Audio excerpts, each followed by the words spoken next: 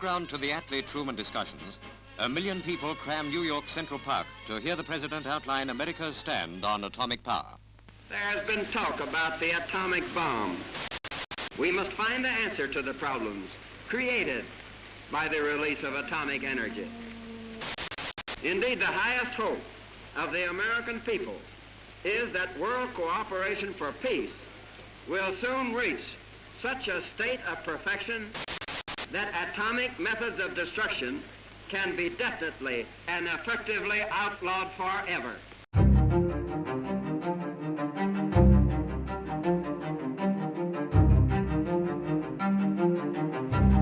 Осталось 10, 9, 8, 7, 6, 5, 4, 3, 2, 1, 0.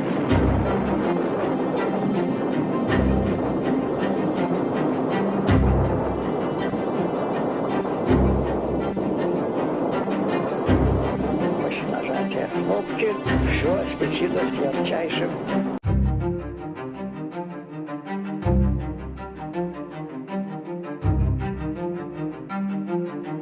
Far beyond normal shipping routes they lie, and until 1952, only pearl fishing boats entered the blue waters and left the cliffs surrounding their shores.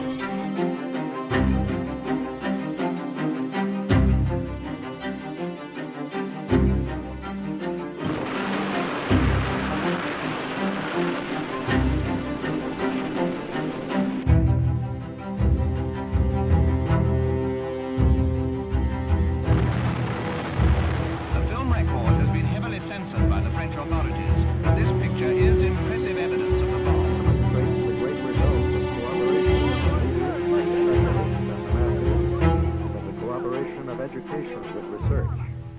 This is another victory.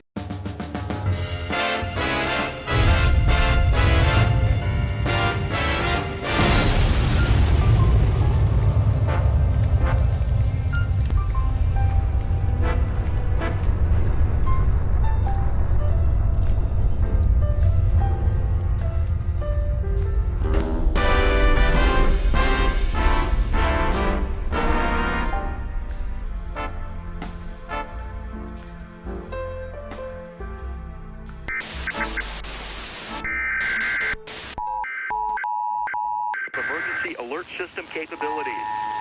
This is an emergency action notification.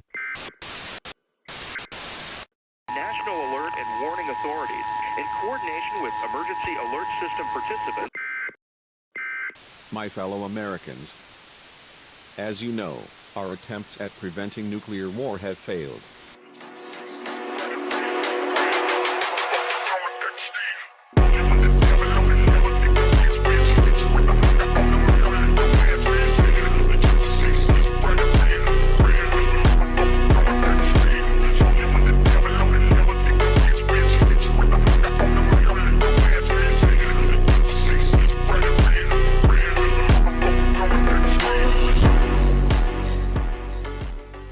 Finally, Mars has accepted my sacrifices and unleashes me.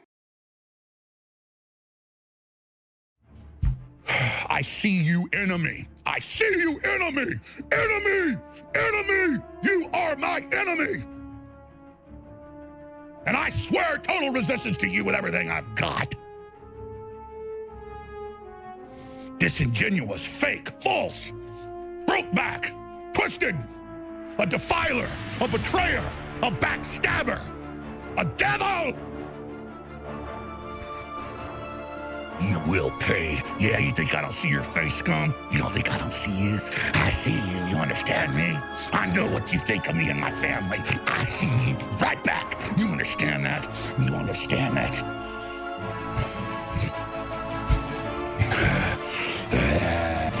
You will fall! You will not bring humanity down! God is going to destroy you!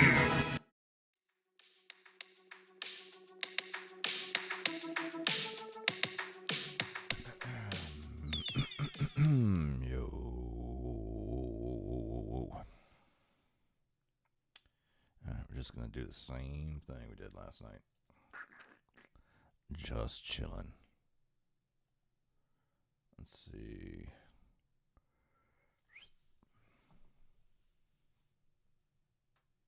Okay. I'm gonna finish this up. I think there was like half an hour left in this. But you've responded. I've heard your answers, and they're all move over here, look over here. You're not answering any of my questions, and I can't figure out why. I can't figure out why you won't just say that this was wrong. So you didn't advise against it. You didn't condemn it. You didn't look into the center's activities. Do you regret that? Do you regret not at the time taking a moral stand against these frankly racist condemnations of Jewish Americans, Jewish people in the state of Israel? Do you think it was wrong for you to be silent? Senator, I didn't know anything about it. Why didn't you? Didn't you have a moral? What's up, bud? What is up? There you are.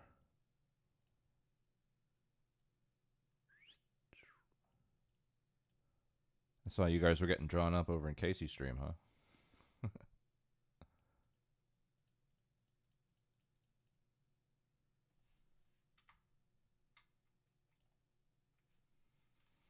Sure if the debate that me and Anoka and Casey were in would last until you went live.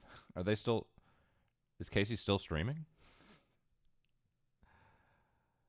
I think I saw that that screenshot you put in earlier. Let me see. Obligation to know about a center that you sat on the board of for years, whose director was calling Jewish people colonialist, violent settlers. Do you not have a moral obligation to know and say something? That is not the function of an academic advisory board, but I abhor. But it is the function of a responsible jurist and a responsible citizen. And I would just suggest to you that you failed it. And your inability to just say, this was wrong, this shouldn't have been... It just looks like Corp is still on. Proper moderator would have decisively ended every position. Did you actually jump on the stream, or was it in the chat? Said, this kind of language and rhetoric is what has led directly to Jewish American students now being called out on campuses, in classrooms, told to stand up and go and stand in a corner because they need to feel... What were you guys debating? What it's like to be colonized. All right. I'm sure you've seen the... Let me guess. Israel-Palestine? It had to have been Israel-Palestine. Presuppositionalism, yeah. Yeah, what's up, Criticorn?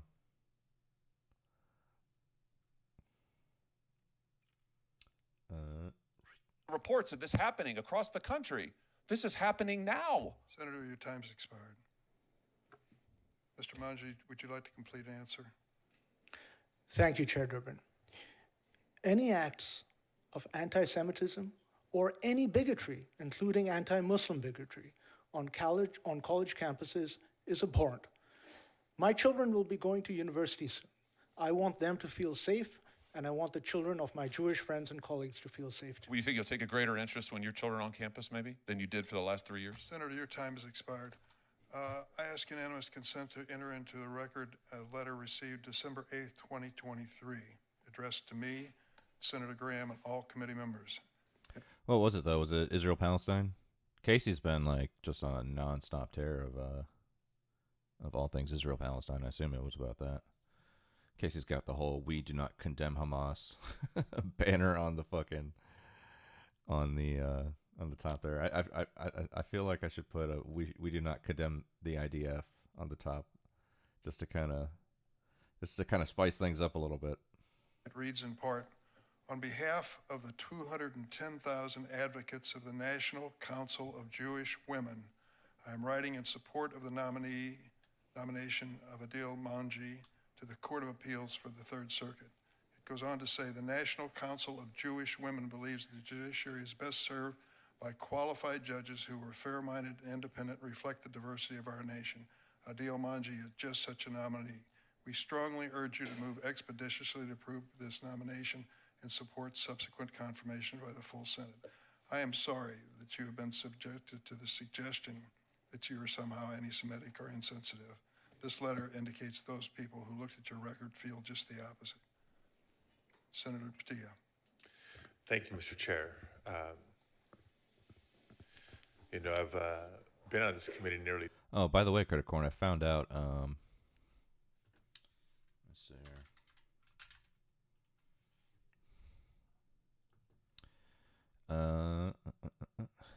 Yeah.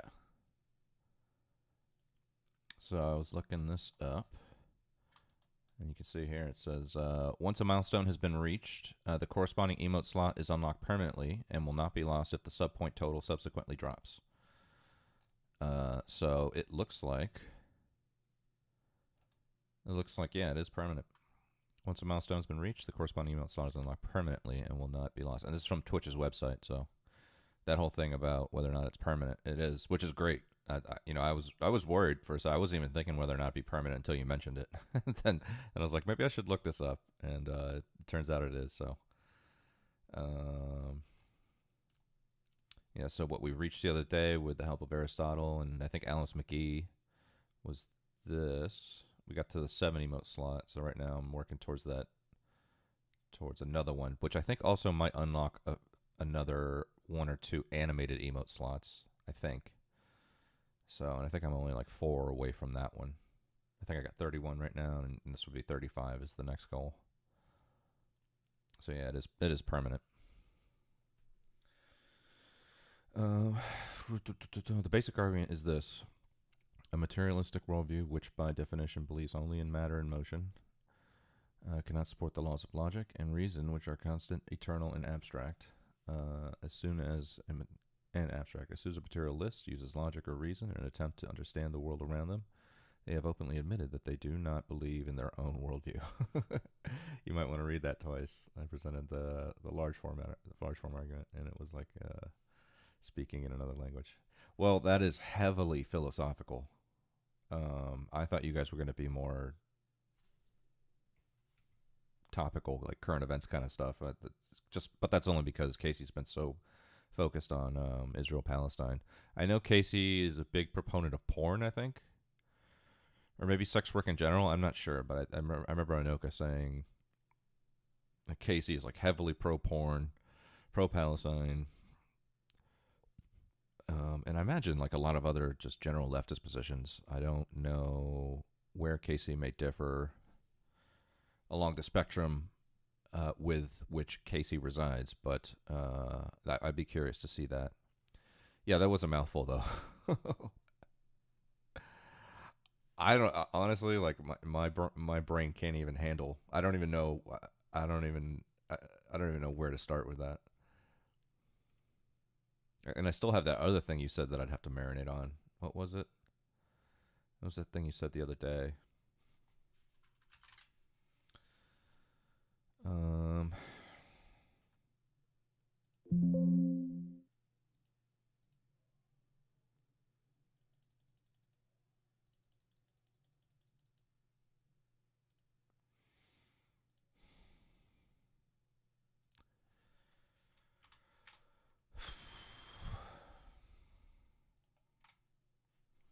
You said, I get that, but if we spend all of our time learning to defend against the same tired arguments, which we have the same root of bias, demagoguery, and intellectual dishonesty, we will have little time left to solidly debate what works in a culture or in a society to bring forth the most good.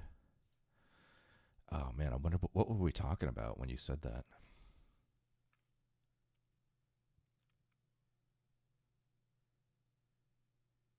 I think we were listening to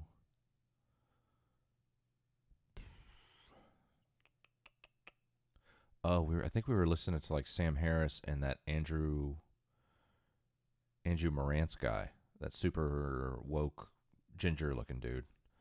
I think that's what we were talking about when you said this.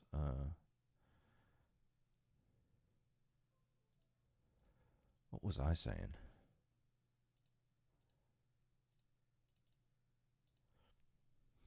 I don't know. I don't remember. But I think this was about the Andrew Morant stuff. Yeah, but I still got that.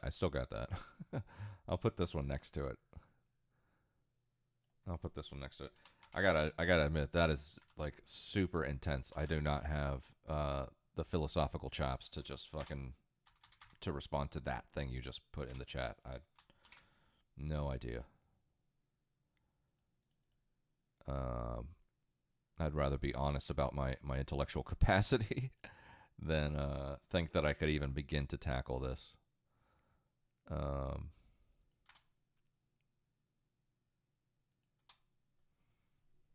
Yeah, I'm gonna put that. I'm putting that as a things to marinate on. That because I couldn't. I just don't know. I have no clue. We had a conversation on what is progress and what are morals. Oh, okay. Yeah, but I was wondering the context that it came up. I think it was that conversation with Andrew Morantz and Sam Harris, because this is the guy. This is the guy that was saying, you know, why do I have to wait?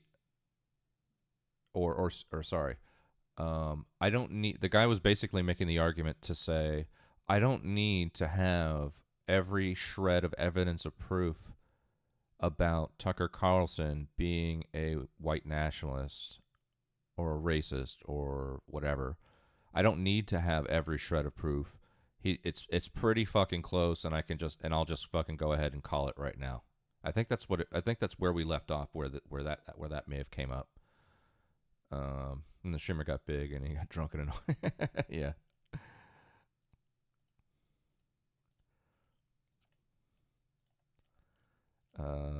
Yeah, I think that was during the Andrew Morant stuff, though. Which I don't think we finished anyway. That'd be something we could probably go back to.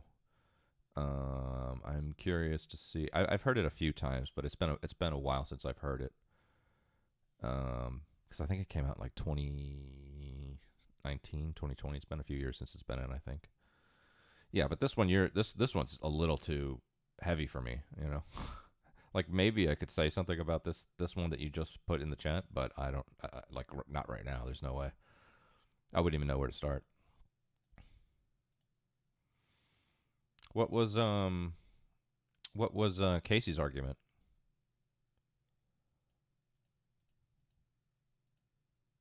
Was Casey coming from like a postmodern point of view or something, or something something Jordan Peterson or James Lindsay would rail against?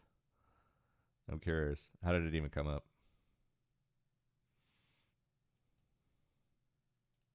3 years now. Well, first of all, let me thank and welcome the nominees before us today for your willingness to serve. I mentioned I've been on this committee now for almost 3 years and have been part of numerous hearings like this. I know we're not voting to confirm today and to advance to the full Senate, but I've learned this much about the Senate Judiciary Committee and these nomination hearings. You two don't just get here like that. There's certainly either an interest in serving expressed on your part and or a process by which professionals who advise members of the Senate on who would be a good member of the federal judiciary conducts some initial outreach, some initial background, some initial vetting, both of professional experience and personal experience. And if you meet that threshold, then a name is put forward to a member of the United States Senate to consider, where there's additional background and vetting that's done professionally and personally. Same for the step of names being submitted to the White House for consideration. And certainly for not just district court judges, but for circuit court judges. The White House does its share of background and vetting and research. Looks like Michael Burry. It looks like Michael Burry is betting against semiconductors here. He's got 100,000. So if he's got 100,000 shares,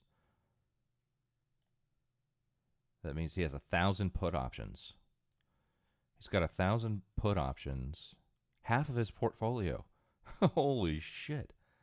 He dropped 50 million.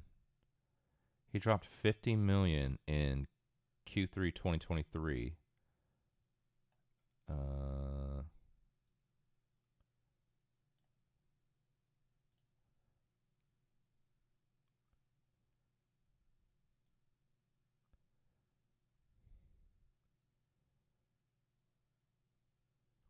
He dropped he dropped $50 million betting against semiconductors in October. The source date is September 30th. I'm just going to call that October. He dropped half of his portfolio. The percentage of the portfolio, this one position makes up almost 50% of his portfolio, betting against semiconductors. This ETF, it's an iShares semiconductor ETF. I wonder what's in it.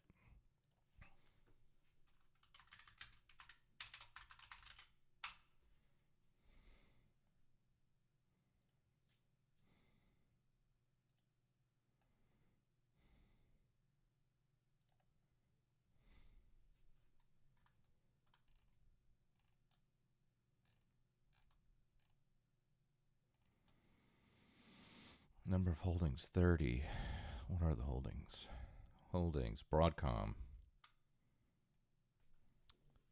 AMD, NVIDIA. Man, it's got all the heavy hitters. Qualcomm, Intel, Texas Instruments. Wow. He's betting against this one ETF with half of his portfolio. That is insane. That's like a new position. This is the guy that bet against the housing market in 2008. The fucking super fucking... well, I'm not going to say. The eccentric guy. Let's put it that way. Hopped in this guy's chat, and he went from 1 viewer to 30 in the course of our discussion about what our morals, and then he rated Casey for some reason. Oh, okay, yeah. Oh, I think that... Oh, yeah, I think Gorp may have rated me. I think Gorp may have rated me at that point. Look up Stop NVIDIA for the past year, and then look at their earnings projections for Q2, Q3. That is why Murray... which short semiconductor at the time? Cassandra. Yeah.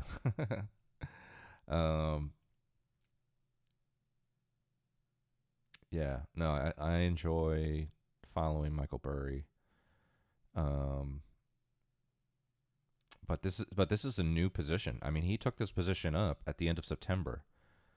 He has 1,000 put options on the ETF SOXX, which is an iShares semiconductor ETF, and it holds everything. It's basically in the 8 to 10% range holdings of AMD, Intel, NVIDIA, Texas Instruments. It has everything in there. It seems like it would be a good ETF to invest in general, but right now it's at basically an all-time high. It reached an all-time high on the 10th of this month. So 12 days ago, it reached an all-time high. I'm curious. I think I might buy some put options in this bad boy. I don't know how many I could afford, but I mean, talk about shorting something when it's at the top. This is like super curious. I'm interested in this. I'm glad. I like to surf around people's 13F filings once in a while, and Scion's like usually one of the first that I hit. Just it's kind of like a shits and giggles kind of search, but that's a big find. I mean, he's got basically 1,000 put options on this one ETF, and it's a brand new position too, because you can see here the change in shares went up 100,000, and the total shares held is 100,000. So this is a brand new position. But if you look at the percentage of portfolio, it's at 47% of the entire Scion portfolio. I mean, that's a big fucking gamble. 50 million's a drop in the bucket for this guy, but still. Wow, that's crazy. Would have made that move months ago and lost everything already. Yeah, I have no timing. Yeah, exactly. The first thing you want to do is look at earnings projections. Don't buy anything without looking at NVIDIA's earnings projections. They're the biggest seeming pile of bullshit the stock market has ever produced. Yeah, they are way overvalued. So is Tesla. I mean, there's a bunch of companies that are, but NVIDIA, particularly in the past year, has just seen this fucking rocket ship to financial stardom.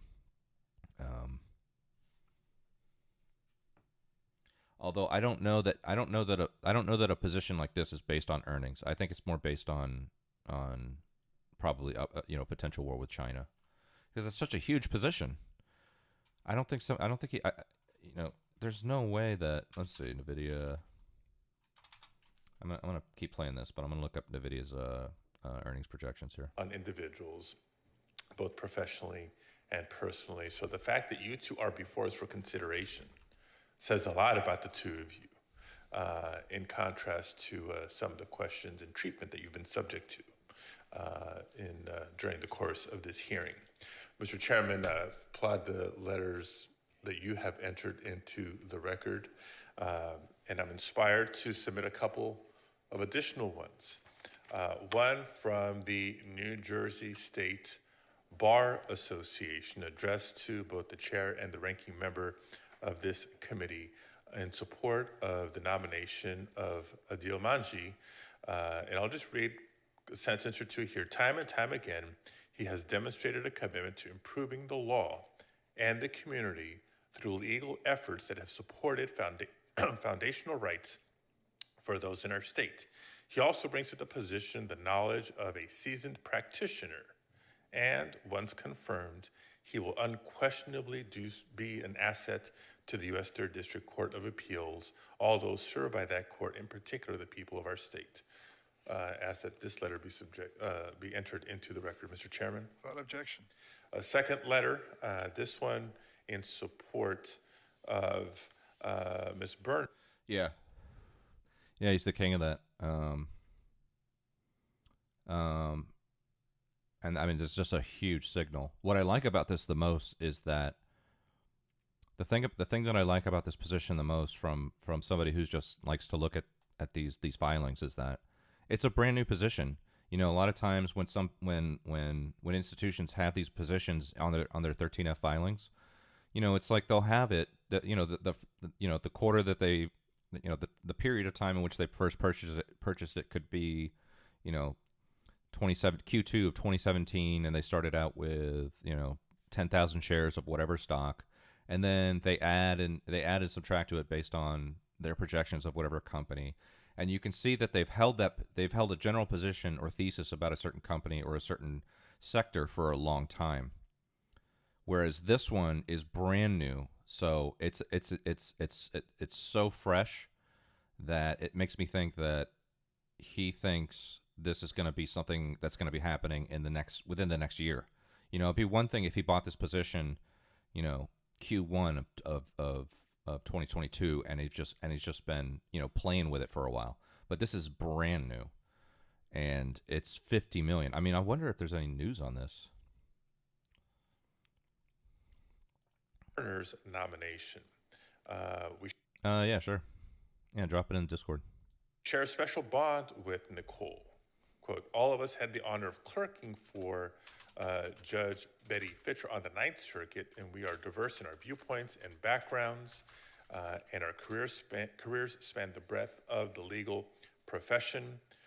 Going on in the letter, we have no doubt that Nicole, Ms. Berner, will bring her exceptional talents to bear as a Fourth Circuit judge. Certainly she will bring her brilliant mind and tremendous work ethic, but also her commitment to ensuring that ordinary people receive the same fair hearing and equal treatment as anyone else arguing before her, signed by a few dozen former clerks of that particular court. I ask that we submit this one into the record as well. Without objection. And finally, a statement from the Leadership Conference on Civil and Human Rights, an entity that this committee turns to for affirmation of who may be a good nominee or not, particularly on civil rights issues, also in support of Ms. Berner for the circuit, Fourth Circuit. I don't have any questions, folks.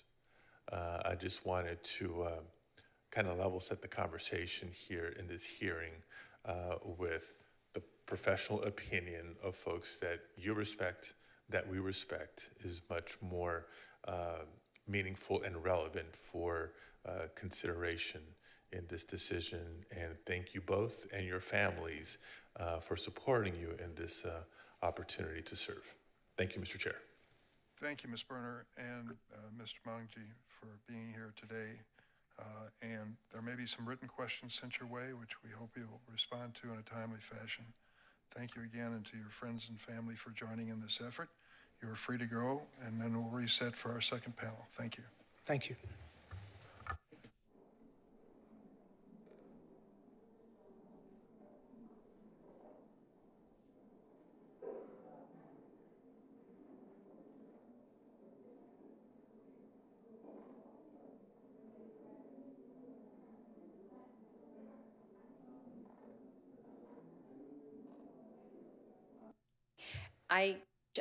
Prohibits the thank you. Kennedy? A skill that serves. Thank you, Mr. Chairman. Judge, congratulations. Let me start with Judge Baggio. Am I saying that right? Yes, sir. Thank you. Judge, tell me about Title VI of the Civil Rights Act of 1964. Title VI, I believe, Senator, is the provision of the Civil Rights Act of 1964, which prohibits the discrimination based on religious preferences, I believe. Oh, I'm sorry. May I strike that? I'm sorry, Senator. I was thinking of Title VII. Apologies. As you're well aware, I'm sure from my record, Senator, in my 18 years as a federal litigator, as well as my 4.5 years on the state court bench, I didn't have the opportunity to litigate issues related to Title VI of the Civil Rights Act. So apologies for the misstatement. And were I to be so fortunate to be confirmed, Senator, I would make sure with no uncertainty that I would be fully fluent in that issue were it to be presented to me on the bench. Okay. Judge, is it Bisco? It's Briscoe. Briscoe, Senator. I apologize. No problem. Tell me about Title VI of the Civil Rights Act of 1964. Senator, in my 17 years as a member of the bar and 5 years on the bench, I have not had the occasion to address Title VI in my career. However, if I am so fortunate to be confirmed as an Article III judge, I would certainly research and study to be prepared to address that issue, sir. Judge Lund? Thank you, Senator Kennedy. I cannot add anything that my panelists have not otherwise add. I can also assure you, though, in the 15 years that I've had the privilege to serve as a judge, that particular provision has not been put before me, but if it were to, I would faithfully review it and appropriately apply all Supreme Court, United States, and Seventh Circuit Court precedent that's put before me. Well, Title VI is kind of timely, isn't it? I mean, I'm sure you all read the newspapers, right? Okay.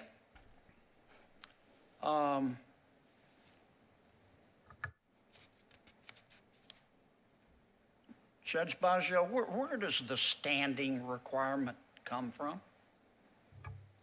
Senator Kennedy, the standing requirement stems from the cases and controversies provision of Article 3. Okay, thank you for that.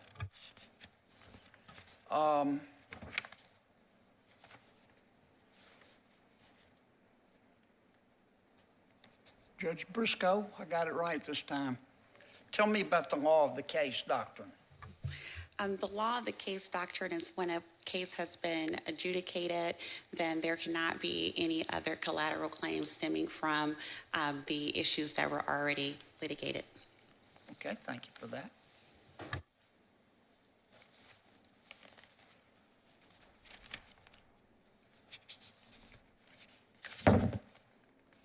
Tell me about, Judge Lund, tell me about federal preemption. Thank you, Senator, for that question.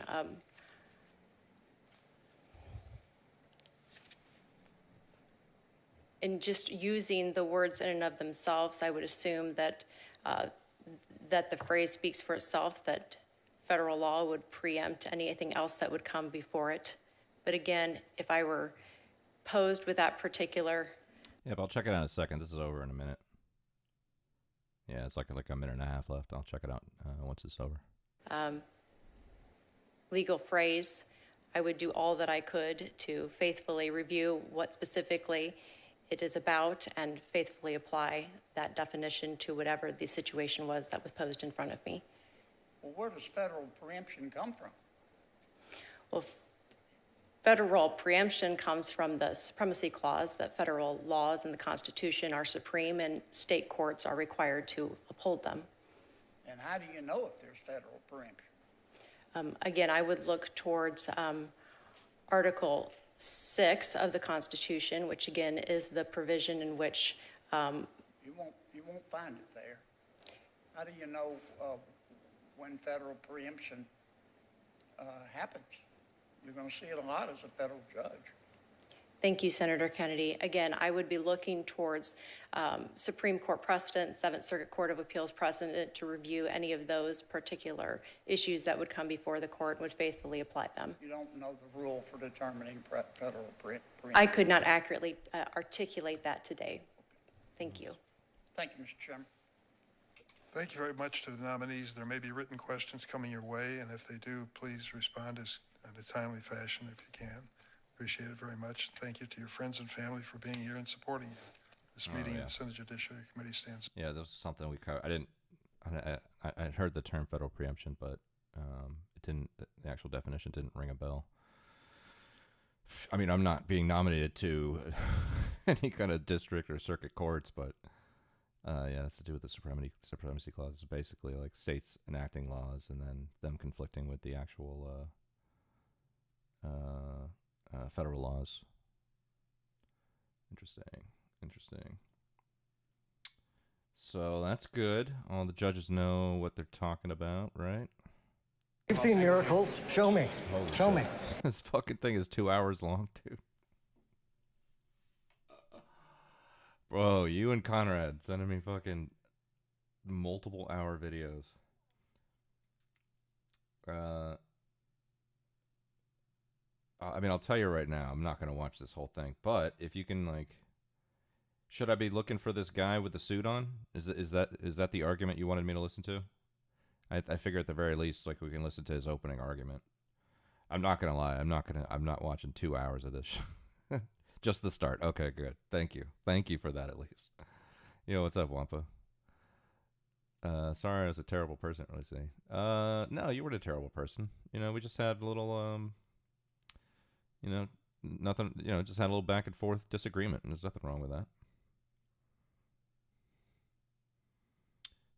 That's what this space is here for. We are here to disagree. Okay. I don't know if you read the rules in the chat when you come in. You probably just pushed okay and didn't read them. But the rules in the chat are come for the disagreements and stay for the disagreements. So you did both of those things. Some of the other rules though are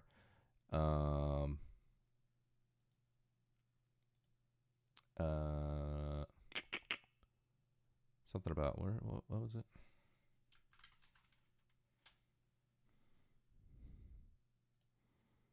What were my rules in the chat? Community.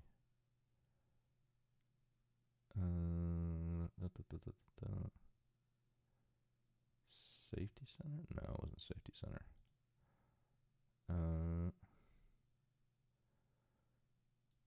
Content? No.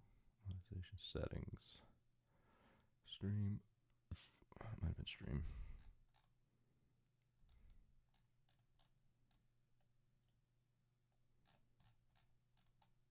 Channel moderation. Yes, okay. So here are the rules for the chat rules. Come for the disagreements, stay for the continuation of the disagreements. We all know where the line is. Or do we? Whatever, just don't cross it. Okay. So I think at least in that moment you adhered to all those rules. So we're good. We're good, Wampa. How you doing? Yeah, I don't harbor any angst. Where you at? Where you at? There you are.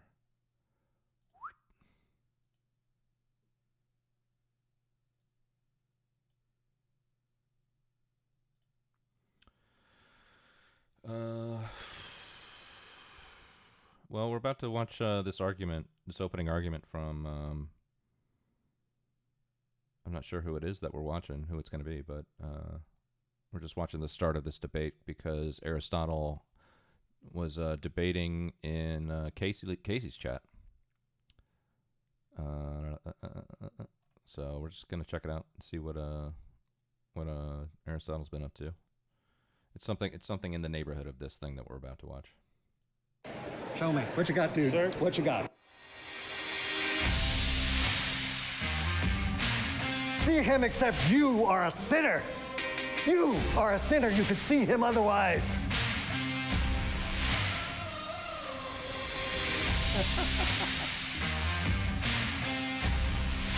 I feel like I've seen this before. This looks like really familiar. What more proof Also, Wampa's probably gonna love this. could you have that the triune God exists except for the fact that James White says that's bull? We are. Want 30 seconds? No. No. Okay. There is no interaction from the other side with anything that we have said in regards to the coherence of worldviews. You got proof otherwise, bro? You got empirical evidence? This has been a lot of fun so far, I gotta say. I wasn't expecting quite so many fireworks. Show me. Show some respect to this man. Back up. Show me. Get your hand off. Don't worry about it. Get your hand off. Oh wow. Thank you, everyone. So this thing actually got heated. That's interesting. Yo, what's up, Spider-Man? Music for this is killing me. What's up, Spider-Man? Yeah. Ladies and gentlemen, I want to humbly thank you all so much for coming and giving your time and attention to this vitally important subject this evening. And given the fact that the triune God of Scripture exists and the nature of the uniformity he imposes upon this creation in which we find ourselves, and due to the restraints of time that this creates, I need to get right to it. So let's do this. I'll start by immediately noting the obvious and make a concession right now to our dignified opponents by admitting defeat. If this were a competition over the most glorious beard, Dan, you win. Thank you. You're welcome, yes. Our claim this evening is that the triune God of Scripture exists. We will not be defending a general form of theism, and it is clear from the stipulated position that we are not arguing from a position of neutrality. Given the nature of our opponents' public claims about their professed atheistic worldview, and given the fact that they have chosen to publicly engage this topic as the opposition, neither are they. From a biblical and philosophical perspective, neutrality is a myth. Biblically, no one is neutral towards the triune God because outside of a saving relationship with Jesus Christ, we are all fallen and in a hostile relationship with our Creator, and thus the problem is not evidence for this God or a lack of light. The problem is sin and suppression, or holding down the truth, which is obvious to all of us. Philosophically speaking, we have... What kind of doctors? I believe these are all plastic surgeons, Wampa. We all have pre-commitments through which we attempt to make our experience intelligible. The question is not whether we do this. The question is whether our ultimate commitments are coherent, meaningful, intelligible, and can make sense of what we're all doing here tonight. We're defending historic, confessional Christianity and the biblical worldview, and our opponents are claiming to deny that the triune God of Scripture exists. They are maintaining trust in an atheistic perspective of metaphysics, epistemology, ethics, logic, history, humans, and more. We're contending that because God exists, this debate is possible. Given our opponent's view of the world and commitments, this debate would be incoherent, meaningless, irrelevant, and wasteful. Why the descendants of highly evolved societies of bacteria would be exercising energy arguing for anything at all in this ultimately purposeless universe should be perplexing to all of us. According to them, we're stardust in an environment with no ultimate purpose, no ultimate meaning, no ultimate good or evil, and we're the random results of evolutionary processes that didn't have us in mind. Their atheism in a public debate, then, is a form of philosophical absurdity and intellectual adolescence. The claim of the triune God of Scripture is that he has revealed himself to us in the created order, and that his creation is constantly testifying to his existence, presence, and power. He has revealed himself to each and every one of us to the degree that we're left without a defense or an apologetic for our turning away from him and our denials of his existence. He has revealed himself to us in history through special revelation and giving his self a test. Because this is the subject of the debate, yeah. Are we more than Stardust? More than Stardust? If so, why? I don't know. Let's find out. Let's find out. Let's find out. They're making arguments for and against, so. Lasting word in conscience and ultimately in the person of Jesus Christ, who is God incarnate. The claim of Scripture is that we all know this God, and that it is the fool who says in his heart that there is no God. This is not a jab.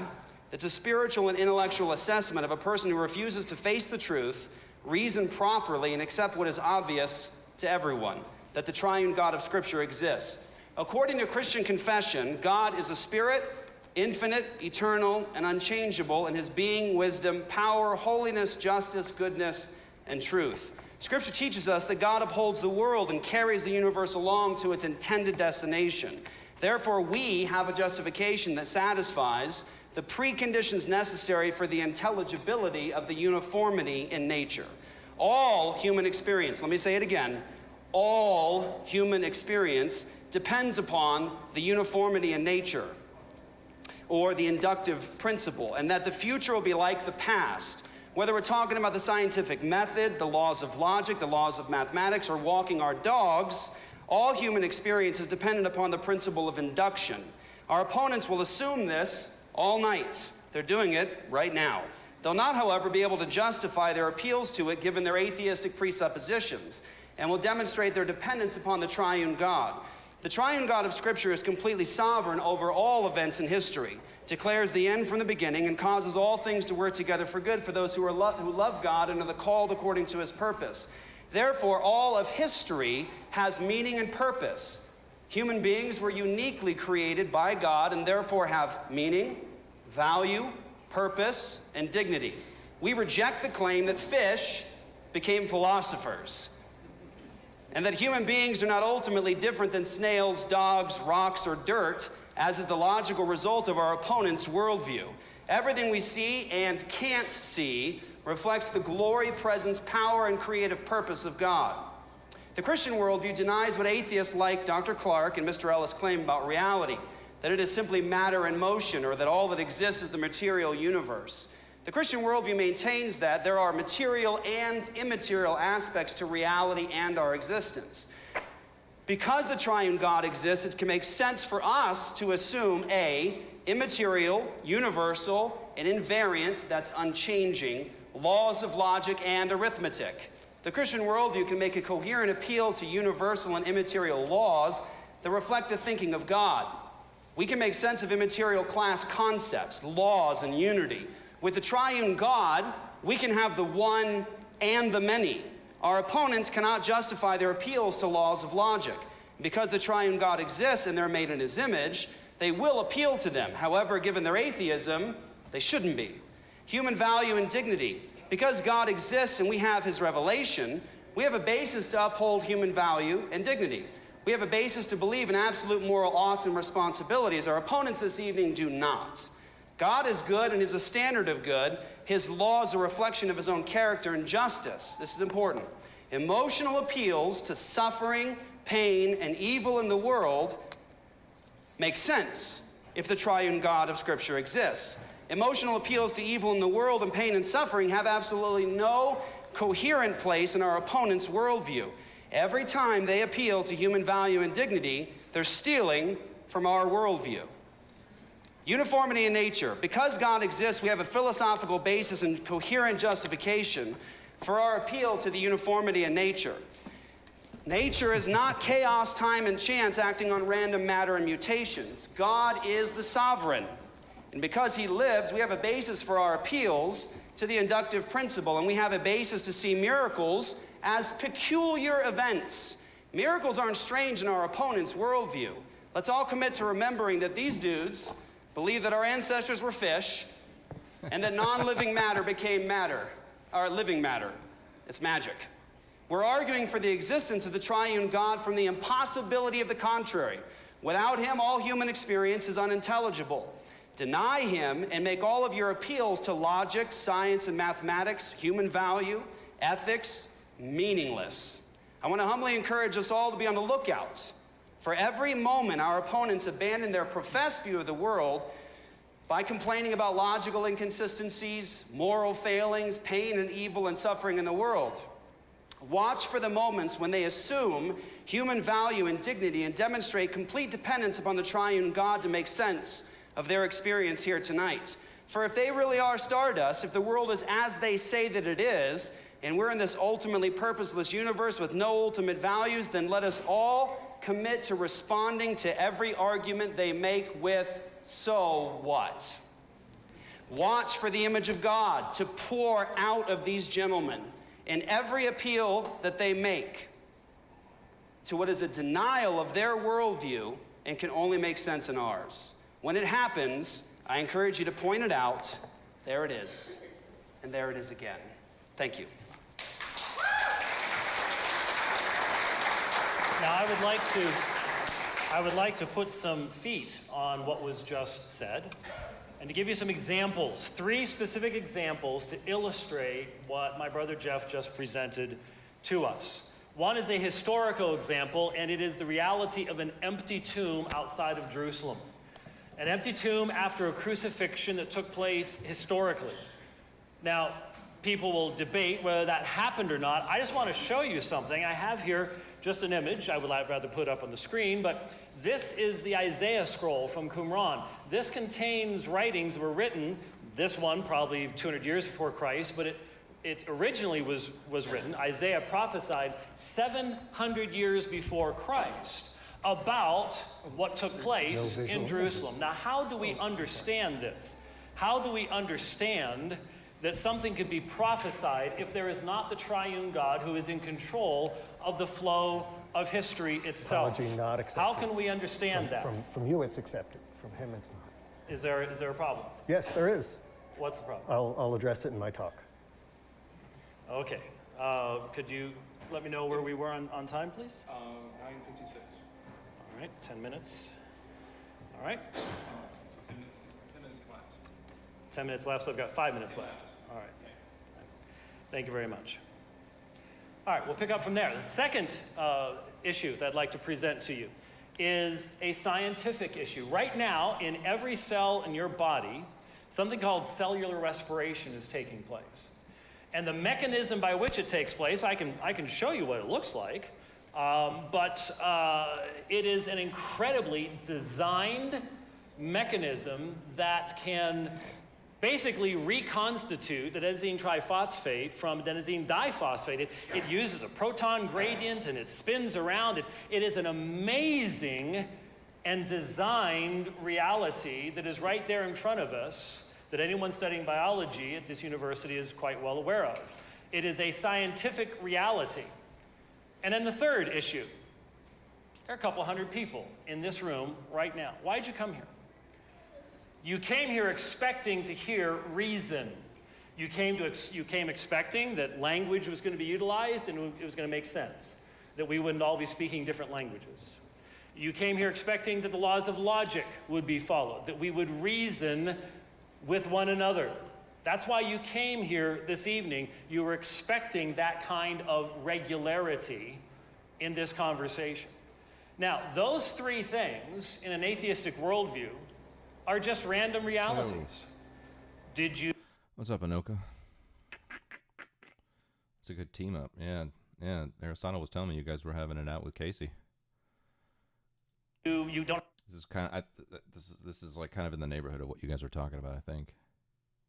Have any explanation for how you can have prophecy of an event 7 centuries before it takes place. That's just weird, and there must be an explanation, but you don't really know what it is.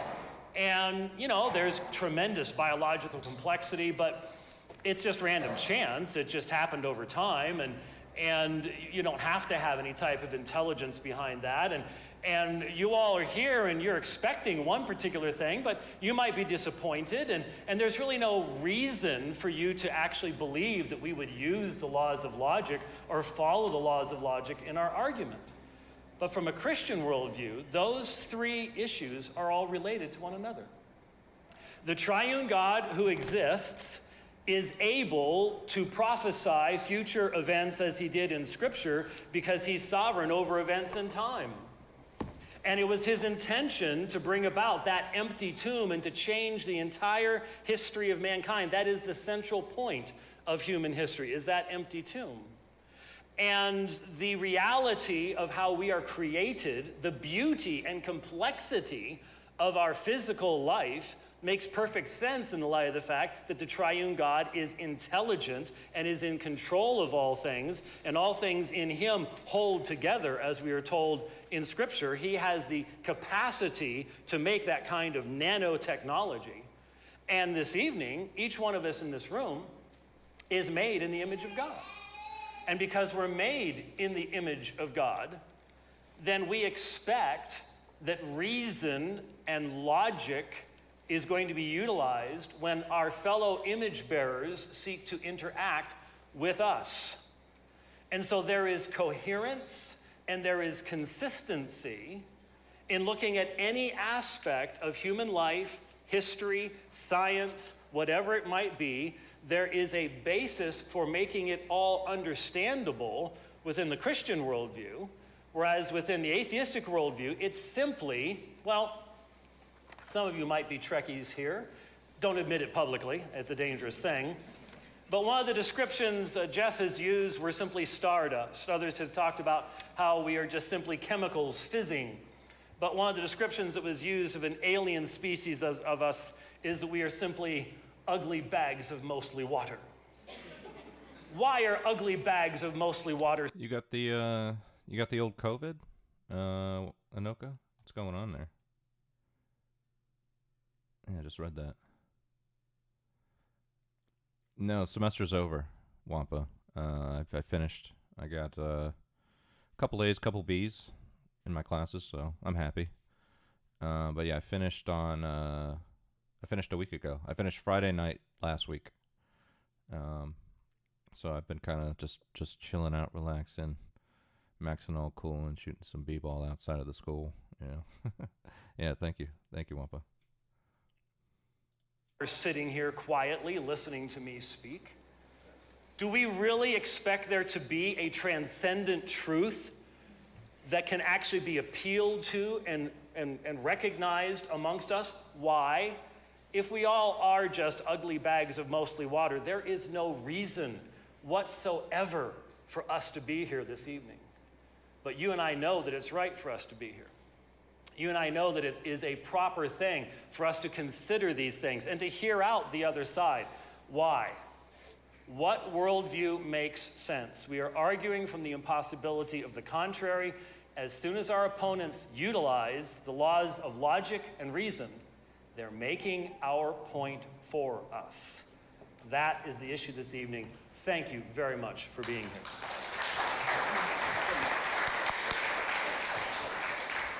Please, if I did not make it clear before, we are talking about the most fundamental issues, the things that are closest to our hearts. And so I understand that it's very easy to get swept up in the emotions. But if we're not careful, we're going to have this devolve into having a lot more heat than light.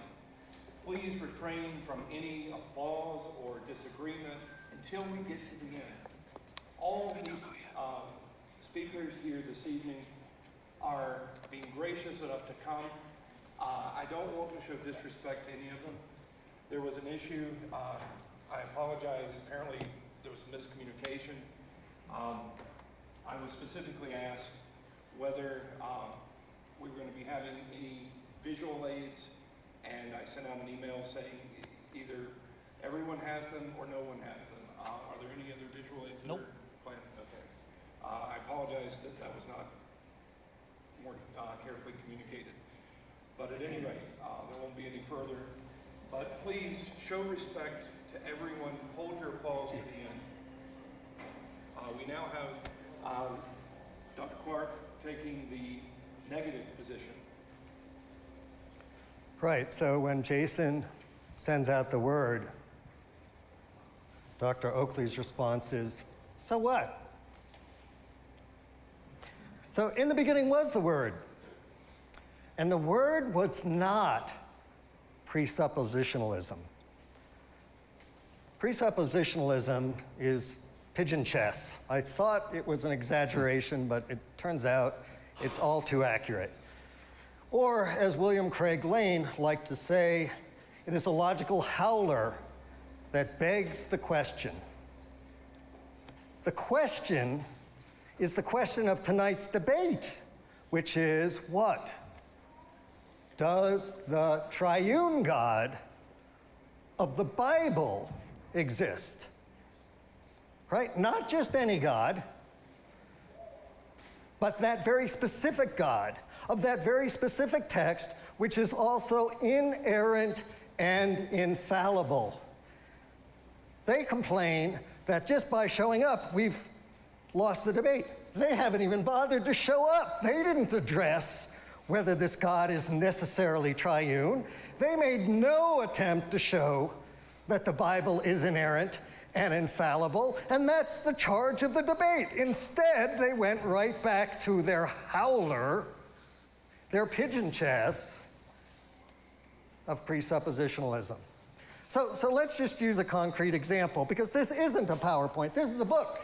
And if we agree that this is a book, and it's got 3 distinct personages, who among you jumps to the conclusion that this is actually really one person? Anybody? Bueller? Anybody? This is a book. Do we know that these 3 people ever existed? Or could it be pen names? Mark Twain is a pen name. Dr. Oakley, whoops, my bad, I'm so sorry, I am partially blind, is the pen name he uses to hide behind. Mark, Luke, John. Do you really think that there were names like that running around in the Middle East 2,000 years ago? No. No. People wrote this book. There's a lot of lines in this book. Does this mean that this book is inerrant? Does it mean that it's infallible? What's up, Veldrin? Where's Ballet Ever? Wait, it's not that kind of show. What does it take to show that a book is inerrant and infallible? So, by strange divine design, once again we meet on a Thursday, which, as you know, is Thor's Day, right? Named after another god. Well, what I didn't know until recently, and you may not know, so it's kind of an interesting factoid, is Thor's Day is a renamed day. It's renamed, it used to be named Jupiter Day. But the Germanic Nordic peoples thought that was pretty silly, right? Jupiter, this Roman god, so they took it over and named it after a real god, the god of thunder, Thor. Right? Thor, the god of thunder. And so if I read to you an ancient Nordic text that said, Thor thundered in the heavens, he sent out lightning flashes in abundance and routed them, his enemies, you would rightly say, you know what? That is the superstitious explanation of a primitive people who didn't understand the forces of nature. That's what you're all saying about Thor. Well, guess what? That is exactly the wording used in Psalms. This inerrant book. It says, the Lord thundered in the heavens. He sent out lightning flashes in abundance and routed them. And if you're having trouble telling the difference between one set of nonsense and the other because you can't see much difference, you are right. You are right. And that is what they build their salary on, is preaching that stuff. That is what is the money they're taking from you. No different from Thor. Actually, there is a little difference. You may remember Thor had a mighty hammer. You may remember that Jesus was nailed to the cross. Thor for the win. You may also know that Thor was also capable of resurrection. He resurrected the dead. So for all we know, maybe it was Thor that raised up Jesus before he went flying into heaven. This guy is fucking encroaching on dangerous territory. Holy shit.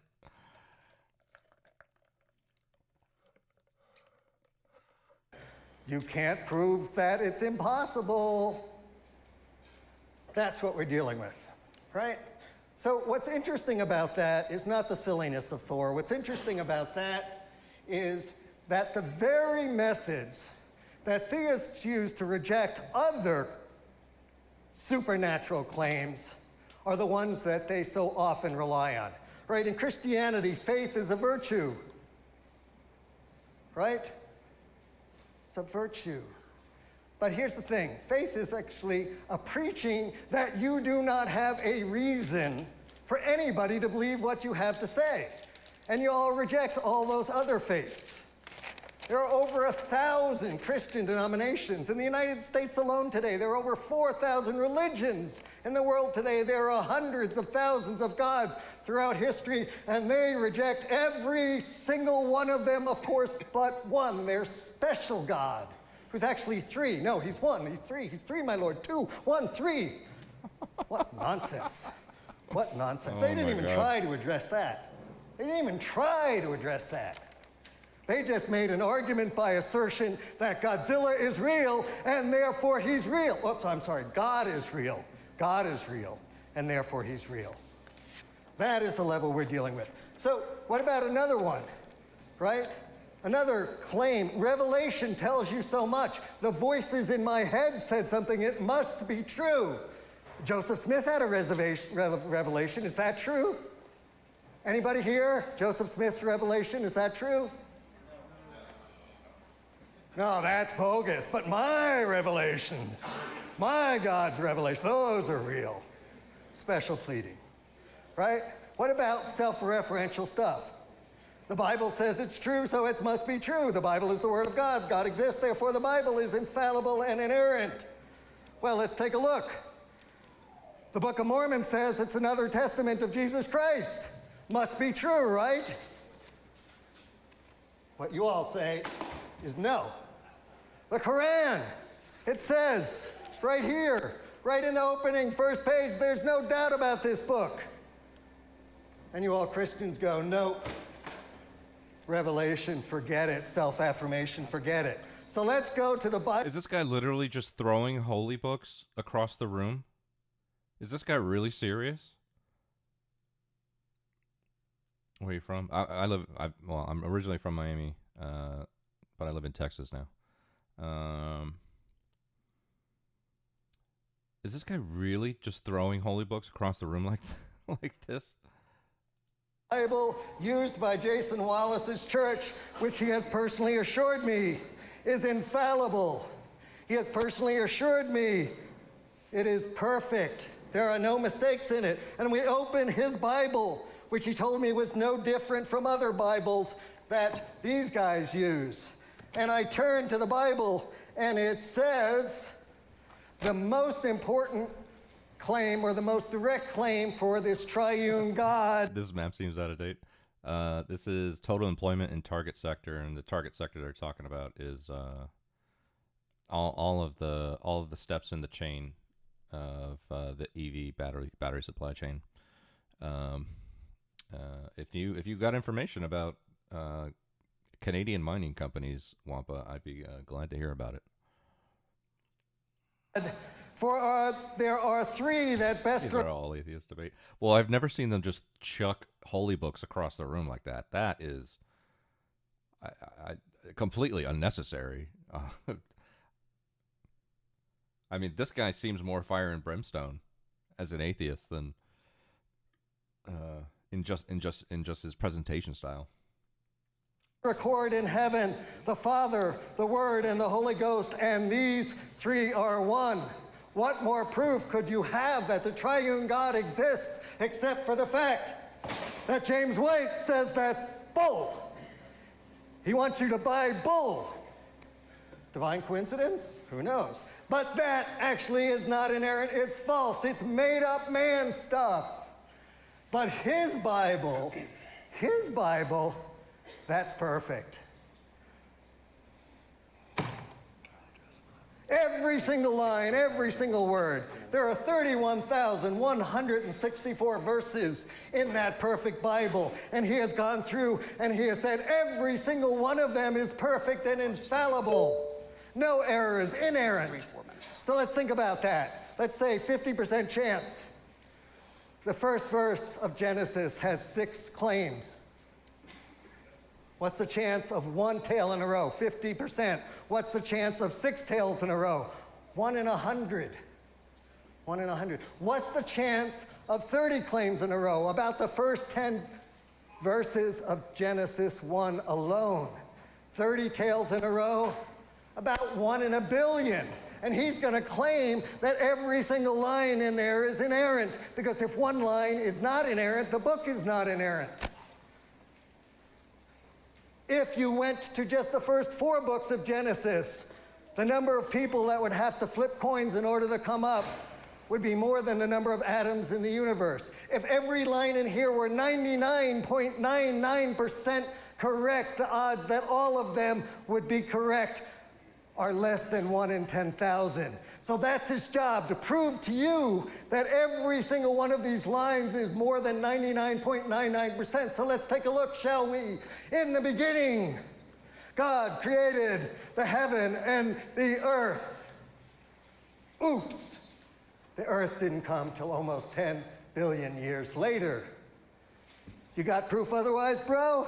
You got empirical evidence that the earth was created 14 billion years ago when the sun was created? Oh my god, I might have to clip that and make that like a sound alert. That was hilarious. Billion years later. You got proof otherwise, bro? You got empirical evidence that the earth was created 14 billion years ago when the sun was created? I'm seriously gonna have to clip that and make that a sound alert. That was too good. Years later. You got proof otherwise, bro? You got empirical evidence that the earth was created 14 billion years ago when the sun was created, or the universe was created? You got empirical proof? No, he does not. He's got argument by assertion. That's what he's got. That's all he's got. Okay? That's nonsense, right? Let's think about that, right? How do you begin to tell truth? Well, Lucy Harris had a good way. It's not perfect. I'll acknowledge that empirical science is not perfect. There's humans that they claim are not inerrant, so humans can make errors, right? So Lucy Harris actually believed in Joseph Smith's golden plates, and she said, "Show me." And he couldn't show her. What a surprise. So then, right, the real truth of how he translated it was not with the golden plates. It was a magic rock in a hat. He put his head in the hat and read off the words of God one by one. That's how Joseph Smith did it. And so Lucy Harris, by some accounts, took the first 100 pages of his translation and said, "Do it again. Show me." What a surprise. He couldn't. Now, of course, he said what Baptist preachers always say: it's not God's will. That's what I can say about Godzilla there in the corner. You all can see him. He's omnipotent. You have no right to question his existence. That's the argument these guys use. You have no right to even question his existence. And you would see him, except you are a sinner. You are a sinner. You could see him otherwise. And you all recognize that's nonsense, but y'all pay him to preach that stuff. That's the reality. So let's open this book. In the first day, right? There's no sun yet. Y'all know, you do know, right? You do know what causes day and night, right? It's the rotation of the earth with respect to the sun. But your God didn't know that. It's the day and the first night. Day 2. This guy is so militant. I mean, I don't know. Your arguments just don't seem as strong when you have to present this way.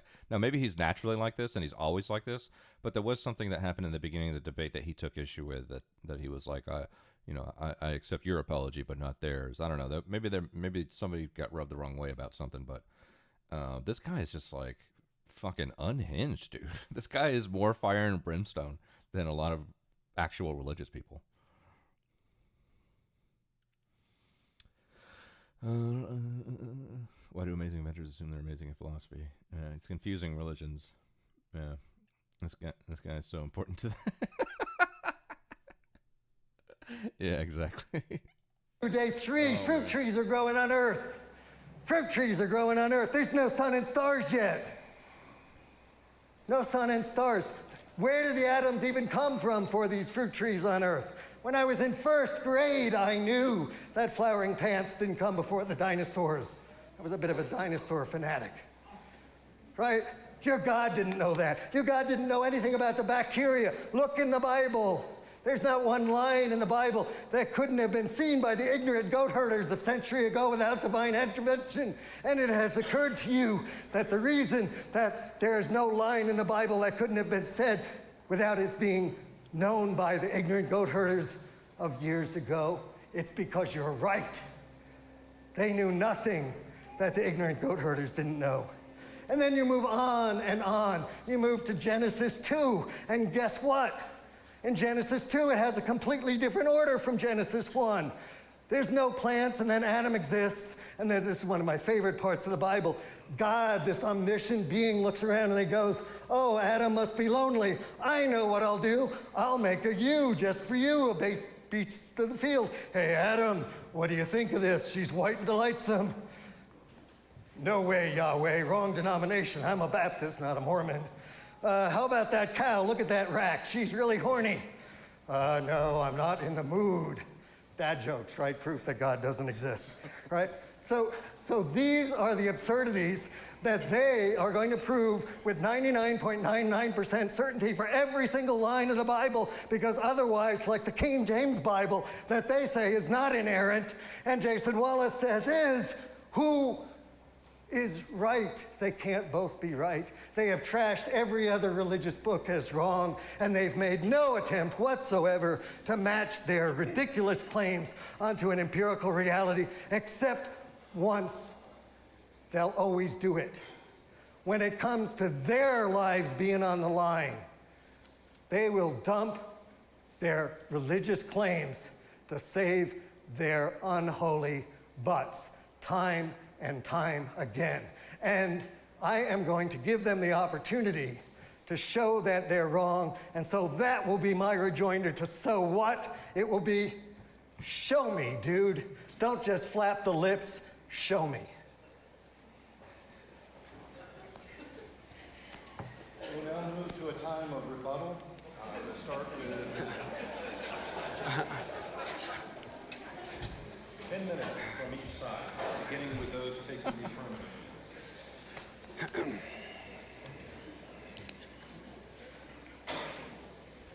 Who, that guy? He invented something?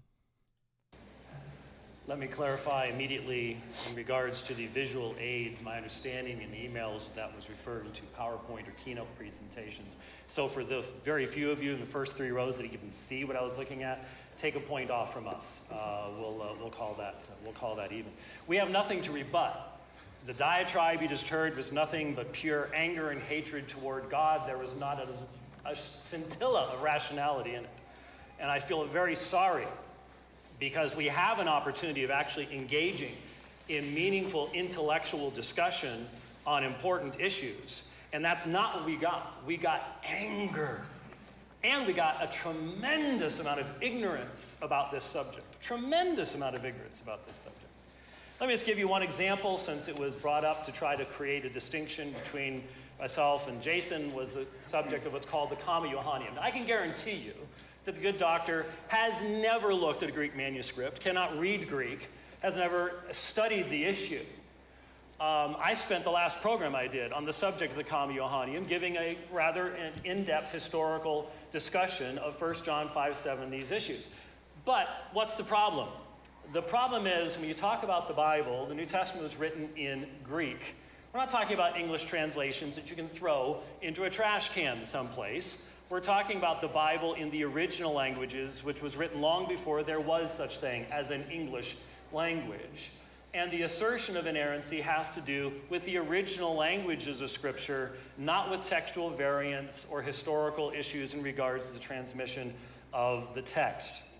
Now, I'm very glad to discover, I'm glad you all came here this evening, and we now recognize that Thor does not exist. That is a great advance. I sort of thought his storyline in the movies was going right down anyways, so that last one, really, come on, Fat Thor, that just did not work at all. So I'm glad we don't know about Thor, but here's the problem. If there was a scintilla of seriousness in the interaction from the other side, there would be a recognition of the fact that the God we are presenting is so different than the anthropomorphic god of Thor, that never would have been brought up, not once. But it wasn't even recognized. There is no interaction from the other side with anything that we have said in regards to the coherence of worldviews. We had a lot of bluster. We had someone yelling at us rather than looking at you. We're here for, he and I, we're here for you. Okay, that's why we're here. We're not here to express our anger and hatred about people. We're here because this is a vitally important issue. And let me tell you something. I took the time to listen to multiple times to a lengthy presentation that Dr. Clark gave at an atheist meeting. When he was talking about God, he used profanity, he was speaking as quickly as he was this evening, and then he started talking about his own work, and a different person showed up. A completely different person that I respect. The work he's doing is fantastic. But he was completely different when talking about that. Why? Well, I think we just saw it. But let me point something out. As I listened to Dr. Clark talking about the complexity of the work that he does and how much intelligent design has gone into creating even the things that he holds patents for, I could not help but sit back and go, do you not see? Do you not see the life around you? Do you not see the reality of the blood clotting mechanism and the eye and ATP synthase that I was just talking to you about and all these things? Do you not see that far it goes way beyond any of the design and the studying that you have done to create your work? How can you not see this? If it takes intelligent design on your part to create what you're creating, it took intelligent design to make the original that got lost in an accident. We live in God's world. And what you just heard didn't have a whole lot of, I was expecting some borrowing from our worldview. There wasn't almost anything because it was just simply angry bluster. But generally, when you get arguments from atheism, they are going to take from our worldview regularity, induction, the laws of logic, and try to turn them against the source that they are then borrowing those elements from. Now, I'm hoping that maybe after this point, we can actually get into some serious interaction as to how the other side has a meaningful epistemology. Who is this guy? I'm gonna say.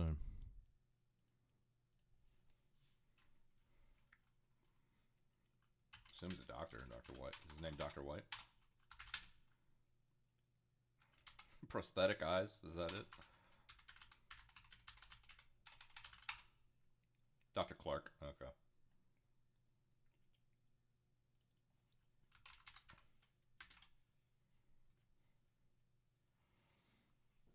Gregory Clark.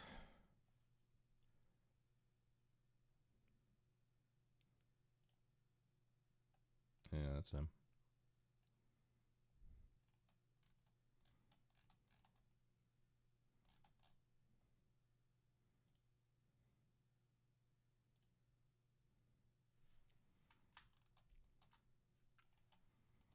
The Clark Lab, the cellular neuroscience, brain and behavior, neurobiology of disease.